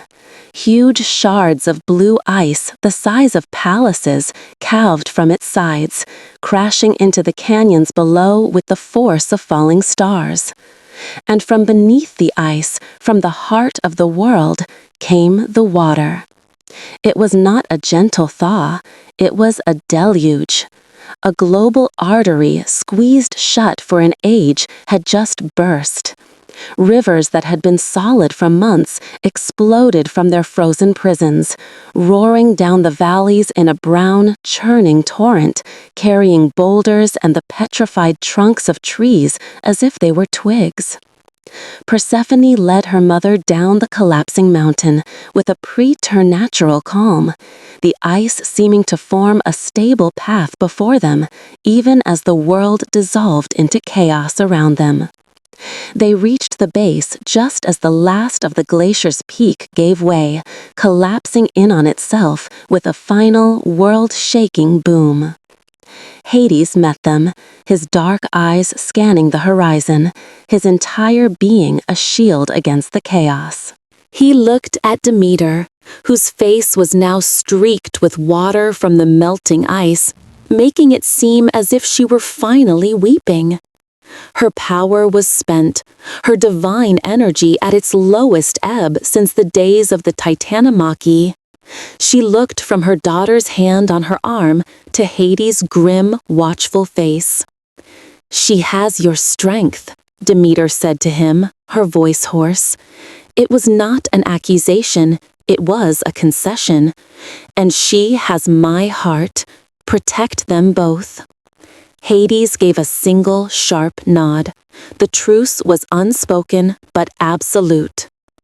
The thaw was a violent birth. All across the world, the spell was breaking. The sound of cracking ice was joined by the groan of waking earth. On the plains, the iron-hard permafrost softened into a deep, sucking mud. In the forests, the frozen sap in the trees expanded, and a sound like 1,000,000,000 tiny gunshots echoed as bark split to make way for the first tentative buds. Persephone released her mother and walked to the edge of the newly formed river. She knelt and placed her hand in the churning, icy water. She closed her eyes and she reached out, not with the quiet cold of winter, but with its opposite. She let the promise of spring, the story she had held dormant within her for so long, finally flow free. Her power surged into the water, a current of pure life that raced downstream, spreading through the world's waking veins. Where the water touched the land, a miracle occurred. The gray, dead ground exploded with color. Mosses of an impossible emerald green frothed over the wet stones. Carpets of crocuses and snowdrops, purple and white and yellow, burst through the last remnants of the snow, not in days or hours, but in heartbeats. The air, once sterile and thin, became thick with the scent of damp earth, of pollen, of life in its most chaotic, unrestrained form. The silence was shattered by the drone of the first waking bees and the frantic, joyous song of birds returning to newly greened branches. It was a force of nature as overwhelming and terrifying as the winter had been. Life, denied for so long, was returning with a desperate, manic hunger. But as this wave of creation washed over the world, Hades felt a corresponding surge in the wrongness emanating from his arm. The Unwoven were not repelled by this explosion of life, they were drawn to it. The ordered, static reality of the underworld had been a poor foothold. But this chaotic, untamed, explosive genesis was a feast. He saw it first. On the far side of the valley, a patch of the newly verdant forest began to shift. The vibrant green of the new leaves seemed to bleed at the edges, becoming a sickly, bruised purple. The straight, strong trunks of the new birch trees began to curve in on themselves, their branches twisting into interlocking spirals that defied both gravity and biology. A flower, a beautiful sun-yellow lily, opened its petals to reveal not a stamen and pistil, but a single, unblinking eye that swiveled to look at them. "No," Hades breathed, his voice a low growl. The Unwoven had found a new medium. It was no longer editing reality, it was creating its own monstrous, paradoxical version of it. Persephone felt it a moment later, a discordant note in the symphony of life she was conducting. Her connection to the valley wavered as she touched upon a patch of growth that felt hollow. It was alive, but it had no story, no history, no place in the cycle. It was a cancerous patch of pure, meaningless existence. Her eyes snapped open, and she followed Hades's gaze to the corrupted patch of forest. "What is that?" she whispered, a new kind of cold, the cold of fear, touching her heart. Even Demeter, drained as she was, could see the abomination. Her face, which had begun to soften with the return of life, hardened into a mask of disgust. Hades moved first. His sword, a line of absolute darkness against the chaotic new colors, was in his hand, and he took a step towards the corrupted forest. It was a tangible enemy, a blight on the world, and his every instinct screamed to excise it. "No." Persephone's voice was sharp, cutting through his battle focus. She put a hand on his sword arm, and he stopped, turning to face her. "You were right on the banks of the Styx. To strike it is to engage it on its own terms. It will feed on the violence." "Then what is your counsel, my queen?" he asked, his voice a low rumble of contained force. "That we stand here and watch it write its gibberish over all of creation? It is using my power," she said, her gaze locked on the pulsating purpled wood. She felt it as an artist feels a forgery of their own work, a sickening violation that was both intimately familiar and utterly alien. My song of life twisted into a scream. I must be the one to silence it. She walked towards the edge of the corruption. The air grew thick and cloying, smelling of ozone and rot-sweet nectar. The ground beneath her feet became soft and spongy, and the unblinking eye of the lily swiveled to follow her progress. She ignored it, her focus narrowing on a single monstrous birch tree whose trunk was coiled like a serpent, its bark shimmering with an oily rainbow luster. She reached out a hand, not to touch it, but to feel its narrative. There was nothing. No history of a seed, no memory of sunlight and rain, no purpose beyond its own grotesque immediate existence. It was a statement without a sentence, a word without a language. "There is no story here to correct," she murmured, a chill of true fear tracing its way down her spine. "It is empty. It is not an edited page. It is a new one, written in another alphabet entirely," Demeter said, her voice raspy with effort. She had come to stand beside her daughter, her face a mask of revulsion. Though drained, her senses as a goddess of life were screaming at the sacrilege before her. It mimics the form of life, but it rejects its laws. Growth without purpose, form without function. It is a cancer upon the world's very meaning. Hades sheathed his sword, the sound a final reluctant click. He understood now. A swordsman cannot kill a disease, He can only cut away the flesh it inhabits. Another solution was needed. He closed his eyes, turning his focus inward, to the persistent, low-grade ache in his arm. He let his consciousness sink into the scar, not fighting the chaos it represented, but using it as a lens. The world of vibrant color and form dissolved. He no longer saw the trees, the ground, the sky. He saw the underlying structure of the story. And there, he saw it. The narrative of the new spring, woven by Persephone, was a brilliant, intricate tapestry of gold and green thread. But emanating from a single point within the corrupted patch was a knot of something else. It was not thread, but a tangle of anti-thread, a void that actively repelled meaning. From this knot, countless shimmering violet filaments spread outwards, not weaving into the tapestry, but hooking into the threads of life and forcing them into new nonsensical patterns. The unwoven were not creating from nothing, they were hijacking the raw materials of Persephone's creation. It is not the entire forest, Hades said, his eyes snapping open. It is an infection spreading from a single point, a splinter of their reality driven into ours. There. He pointed, not at the coiled birch, but at a seemingly unremarkable spot on the ground a few yards to its left, where a pool of shimmering, oily fluid was slowly bubbling. Persephone looked at the spot, and with Hades' guidance, she could now feel it.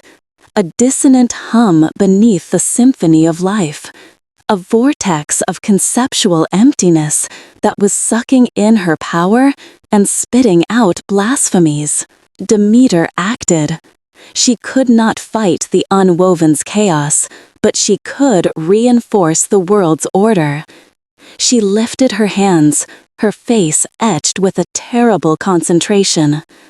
"The law is the law," she whispered, as if reciting a sacred text. She slammed her palms on the healthy, untainted earth at the border of the corruption.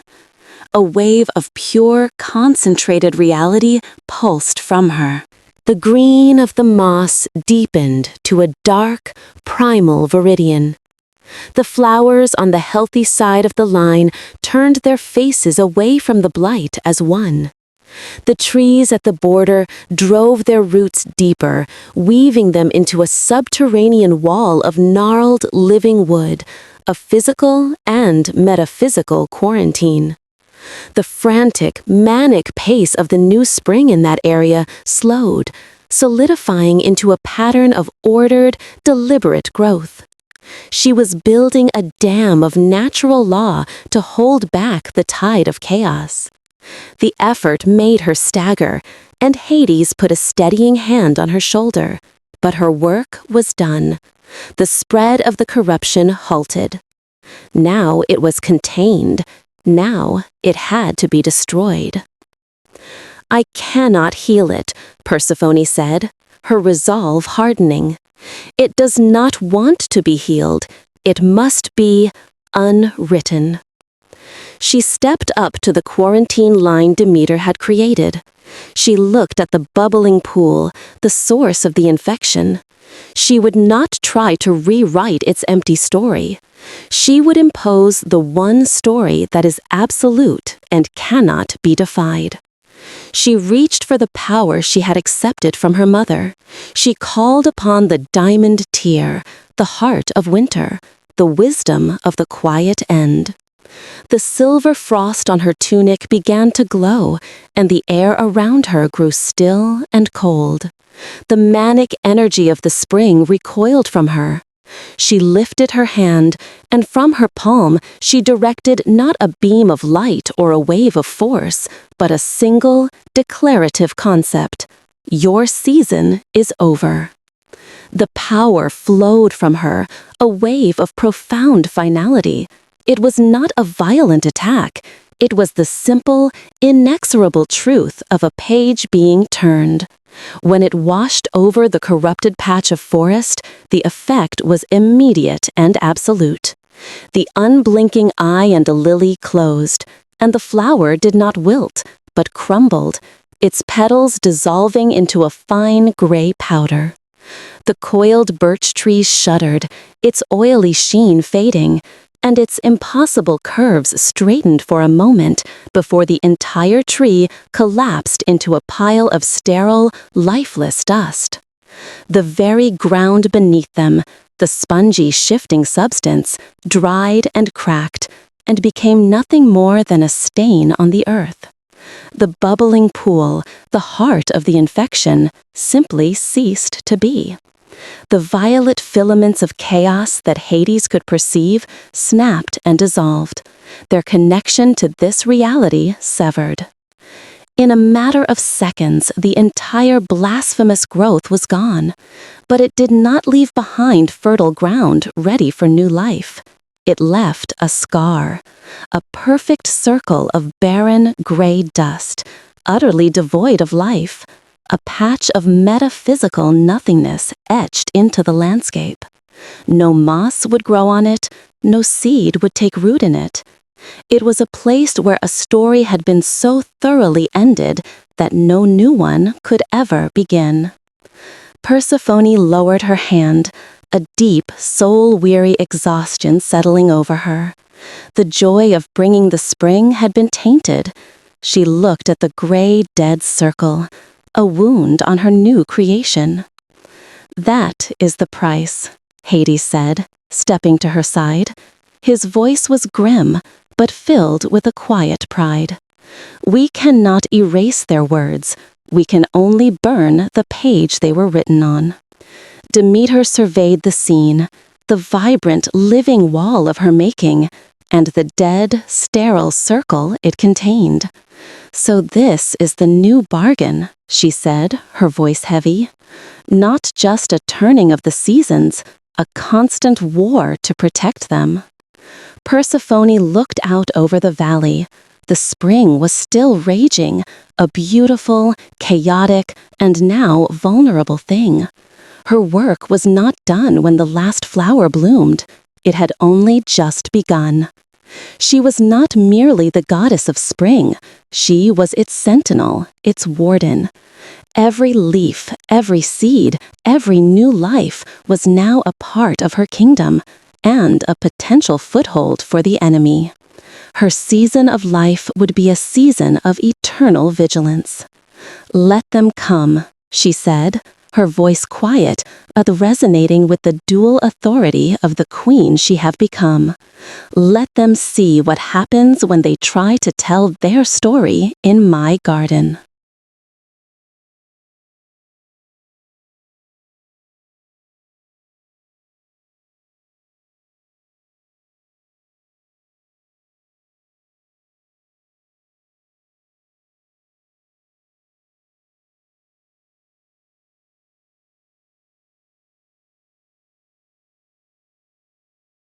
The wind that blew across the valley was no longer the bone-scraping blade of the endless winter. It was a wet, wild thing, carrying the chaotic scent of thawing mud, crushed greenery, and the electric tang of ozone left by the clash of divine and anti-divine forces. For a long moment, the three deities stood in silence, a tableau of the new world order, a creator exhausted, a destroyer humbled, and a ruler caught between two realities. Demeter was the first to break the stillness. She walked to the edge of the sterile circle, her bare feet stopping just short of the gray dust. She looked at the vibrant, living wall she had made, a bastion of natural law. "I will stay," she said, her voice rough, like stones grinding together. "The world is awake, but it is feral. It has forgotten its rhythms. The seeds do not know when to sprout, the rivers where to flow. It needs a farmer, not just a queen. She turned to Persephone, and for the first time, her eyes held not a reflection of her own pain, but a clear, focused appraisal of her daughter. Your spring is a deluge. It is beautiful, but it is dangerous. Without guidance, it will spend itself in a single glorious month, and the world will starve in the aftermath. I will temper it. I will teach it the old stories, the ones of patience, of slow growth, of storing for the lean times. It was a transfer of responsibility, an abdication of absolute power for a more fundamental role. She was no longer the source of all life, but its custodian. And what of the scars? Persephone asked, her gaze on the dead circle. What of the next attack? I will be the wall, Demeter stated simply. I will reinforce the world's story, make it too dense, too stubborn for their empty verses to find purchase. But I cannot unwrite them.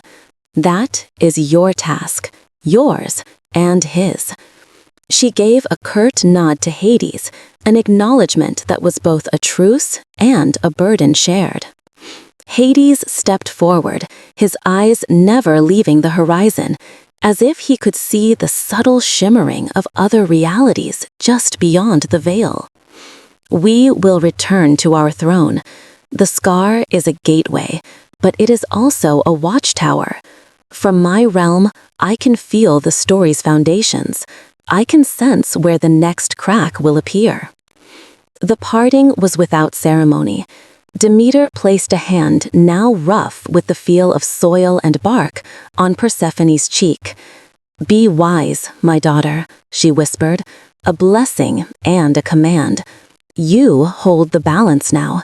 Do not let either the flower or the frost rule you. Rule them. Then she turned and walked away, not towards Olympus, but into the heart of the wild new spring, a solitary, determined figure ready to tame a continent. As Persephone and Hades turned to begin their own journey back to the underworld, the sheer scale of the rebirth was overwhelming. The world was a cacophony of life. Waterfalls of meltwater cascaded down cliffs that had been dry for a generation. A constant, low hum of insect life filled the air. They walked through fields where the new grass grew so fast it seemed to visibly rise to their ankles. But it was a pained, frantic life. Trees, their bark split by the rapid thaw, wept sap. The ground, unable to absorb the sudden deluge, was a vast sea of mud that pulled at their feet. Birds built nests with a desperate haste, their songs sharp and anxious. This was not a gentle awakening, it was a convulsion. They traveled for hours, the landscape shifting from the high mountains to the rolling foothills. As evening approached, casting long, bruised shadows, they came upon a sight that silenced the world's frantic song. It was another village, like the one they had found frozen. But this one was not dead. It was worse. A few dozen survivors, gaunt and hollow-eyed, were huddled around a series of small, smoky fires. They were the ones who had not frozen, the ones who had eked out a miserable existence in the dark and the cold. Their stories worn down to a single, repeated word: hunger. The sudden spring was no miracle for them. The ground was too wet to plant. The game animals they might have hunted were only just emerging from hibernation, scrawny and few. The deluge had brought life, but it had not yet brought sustenance. An old man, his face a roadmap of despair, saw them approach. He stumbled to his feet, holding up a hand not in greeting, but in a gesture of warding. "Spirits," he rasped, his voice thin as a winter reed. "Have you come to mock us?"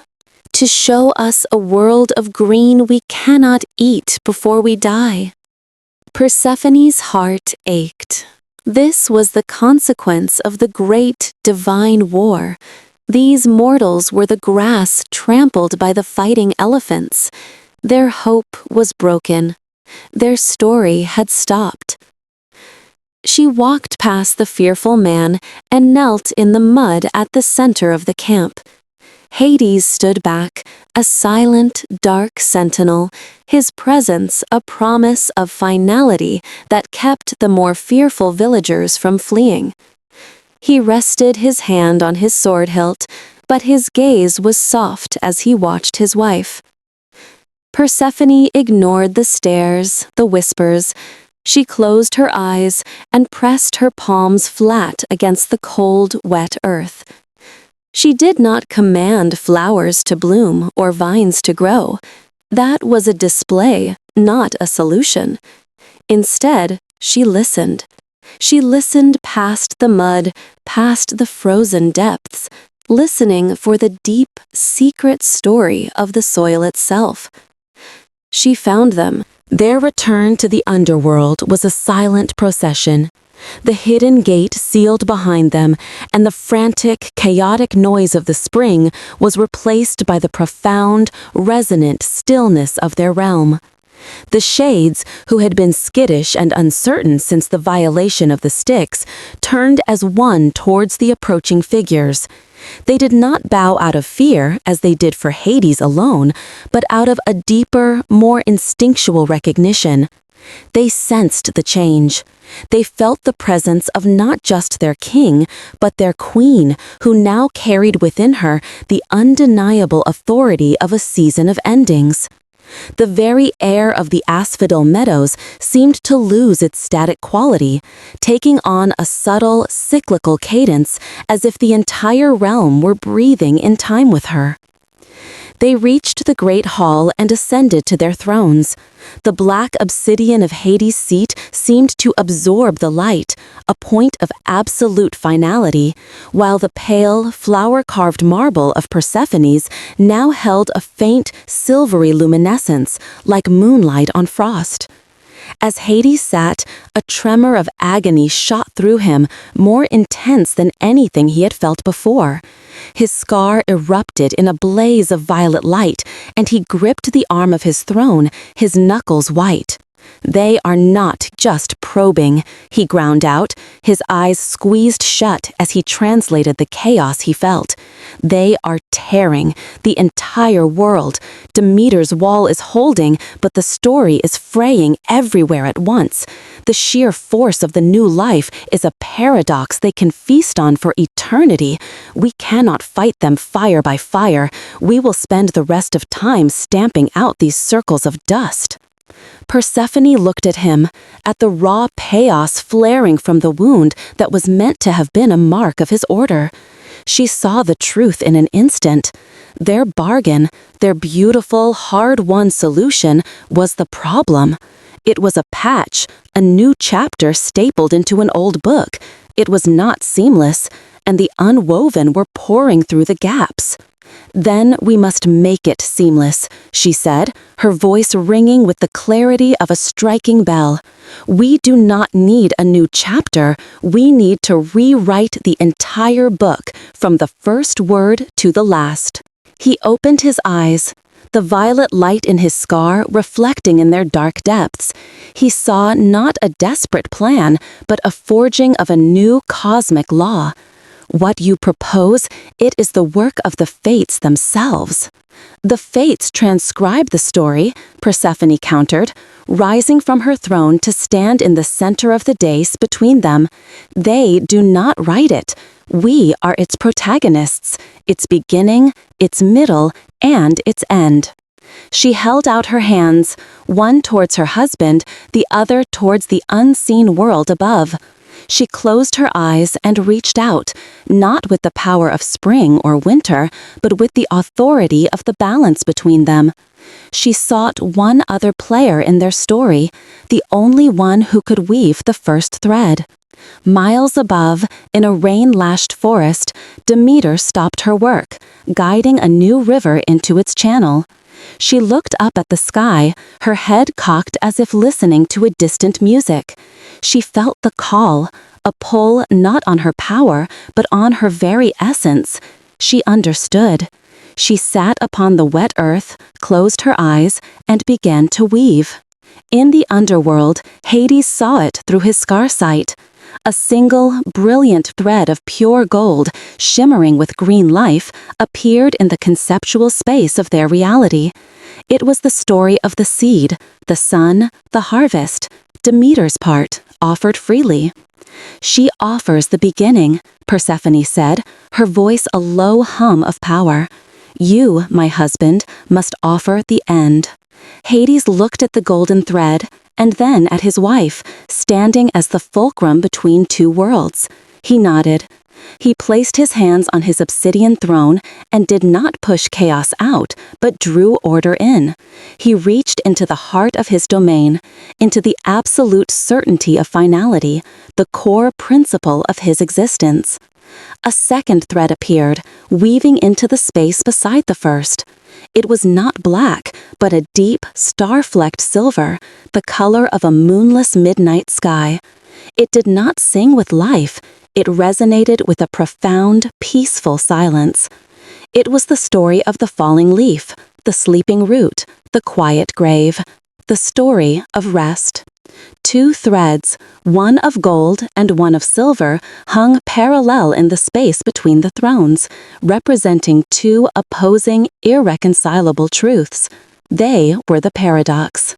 "And I," Persephone whispered, "am the bridge." She brought her hands together, and as she did, her own power manifested. It was not a third thread, but the act of weaving itself. Her fingers, luminous with an ethereal light that was neither golden nor silver, but a pearlescent white containing both, took hold of the two threads. She began to braid them. She wove the gold of the first sprout around the silver of the fallow field. She wove the silence of the snowbound winter around the song of the summer bee. She braided the story of life and the story of death so tightly, so perfectly, that they ceased to be separate narratives. They became a single, continuous, unbreakable cord, the story of the cycle. As she wove, the new law solidified. All across the world, the chaotic, frantic energy of the new spring began to calm, settling into a measured, purposeful rhythm. The Unwoven, who had been tearing at the seams of reality, suddenly found the seams were gone. Their violet filaments, searching for paradox and contradiction, found only a single, smooth, perfectly logical loop. There was no crack to enter, no fraying edge to grip. The story of life from death was no longer a paradox. It was the fundamental law of the universe. Hades felt it in his scar. The tearing, ripping sensation ceased. The violet filaments, with nowhere to anchor, recoiled, withdrawing from the tapestry of his reality like sea creatures from a freshwater spring. The agonizing blaze of chaos in his arm dimmed, the violent purple fading, until all that was left was a cool, clean line of silver, like a vein of moonlight trapped beneath his skin. The door was no longer open. It was a sealed and silent memory. The braid was complete. It hung in the air for a moment, a shimmering, self-contained circle of gold and silver, before it dissolved, not into nothing, but into everything. It became the new foundation of the world. Persephone swayed, the immense effort of creation spent. Hades was at her side in an instant, his arms supporting her. She leaned against him, her head resting on his shoulder, and a true, weary smile touched her lips. "It is done," she breathed. The ages that followed found their rhythm. For 6 months of the year, Persephone would walk the world above. Her parting from Hades was never one of sorrow, but of purpose. She would emerge into the sunlight, and Demeter would be there to greet her, her face lined with the wisdom of 1,000 harvests.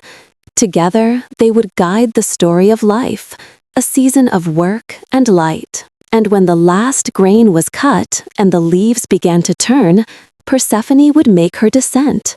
Her return was not a capture, but a homecoming. She would enter the great hall to find Hades waiting, and the underworld would settle into its season of quiet contemplation. Her presence brought not gloom, but a deep and peaceful stillness, a necessary rest for the shades and for the realm itself. The winter she brought to the world above was no longer a curse, but a gift, a time for the earth to sleep and dream of the spring she would one day bring back. They ruled not as two halves of a bargain, but as a single, whole entity. He was the guardian of the story's end, she the master of its turning page. He was the immutable fact of the grave, she was the undeniable promise that the grave was not the final word. From their twin thrones, they watched over the endless, perfect cycle they had forged. Their love was no longer a stolen moment or a cause for war, but the silent, steady rhythm of the world itself. The beat of a heart, the turning of a season, the end of one story, and the beginning of the next.